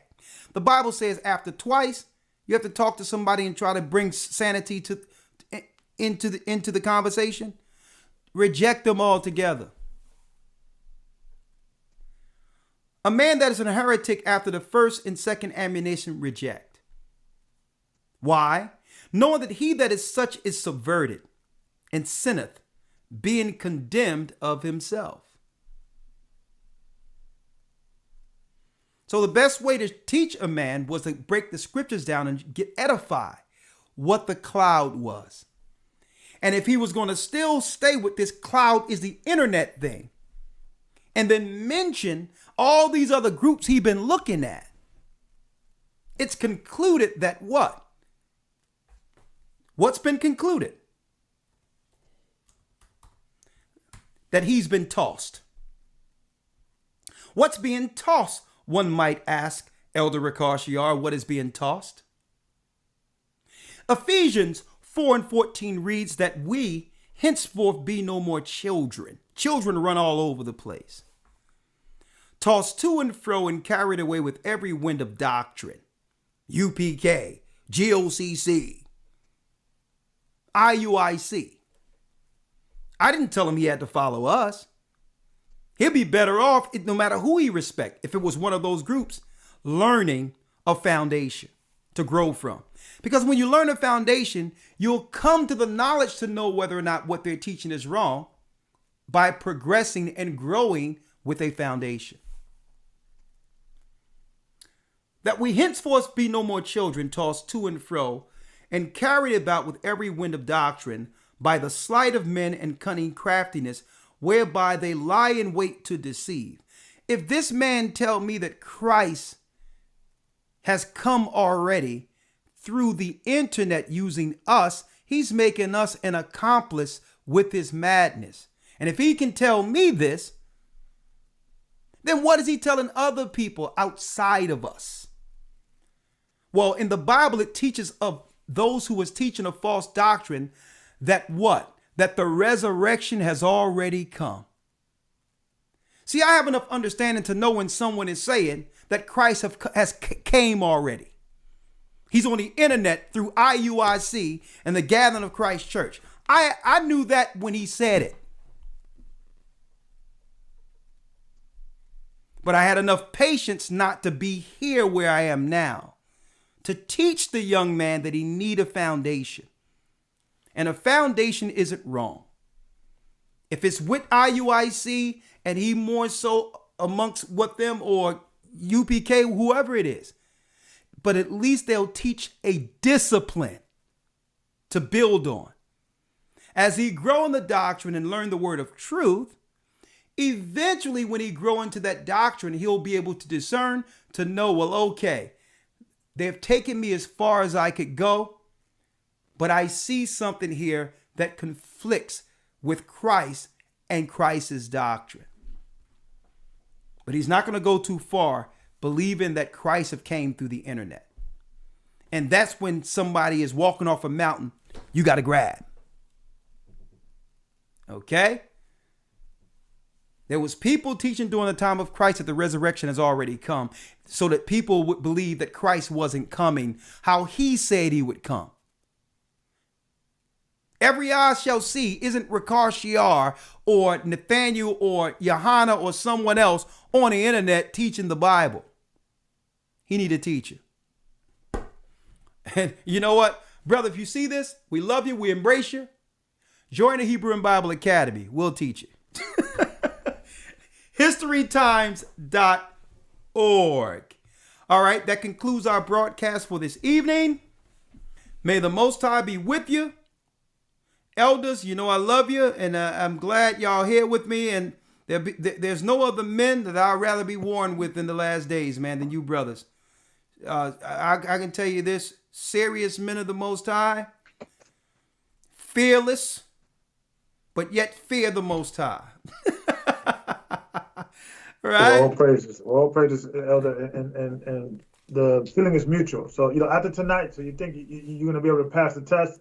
Don't get angry for 1 week. Oh, well, guess what, bro? Elder, guess what? I didn't get angry at all. Right. I know you didn't. I'm just hopefully, Hey, man, listen.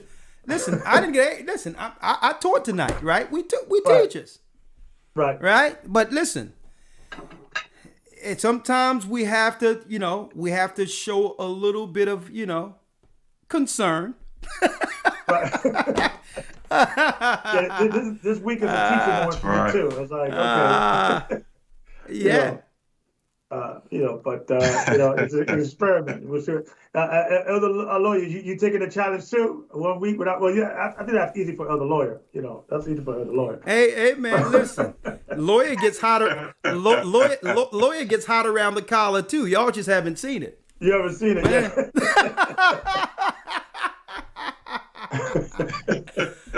Yeah. Right. Well, he hides it good.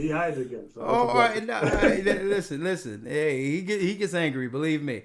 With that, But anyway, hey, I'm down with it. I will not get angry for a week. Right.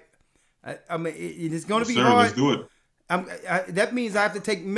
You know what that means? I have to take minimal phone calls. I can't be taking too many phone calls. Do not call me with this stuff, y'all. Right. Y'all call me in 5 minutes. 5 minutes about a guy that's holding his family hostage right now or something. Right. It's like, okay, just put the gun down and let's. So I'll pray for you, Elder. Please pray for me. It's gonna be the longest week of my life, probably. Yeah, Elder, man. I told the brother not to go to her house, man, and he's there, man, and they held up. Do not call me with those issues. Right. After Wednesday. All right. Don't call me about to go to the hospital and all this other stuff. I was up all night, man. I didn't want to show it, man. But man, I got something in my heart for that brother, man. I'm like, no. I prayed, and I'm like, listen, I'm gonna be there until this brother is home talking to me. So that was my night last night, and I was focused. When it's come to focus, elders, you want me focused like I was last night. They wasn't gonna take my brother. But anyway, with that, shalom. Stay prayed up, sin not. We will soon see Zion. That's right. Bless you. Shalom, Elder. Bless you. I was lost, but now I'm found. I'm a child of Israel. I heard the sound. Please give me the strength to stand day.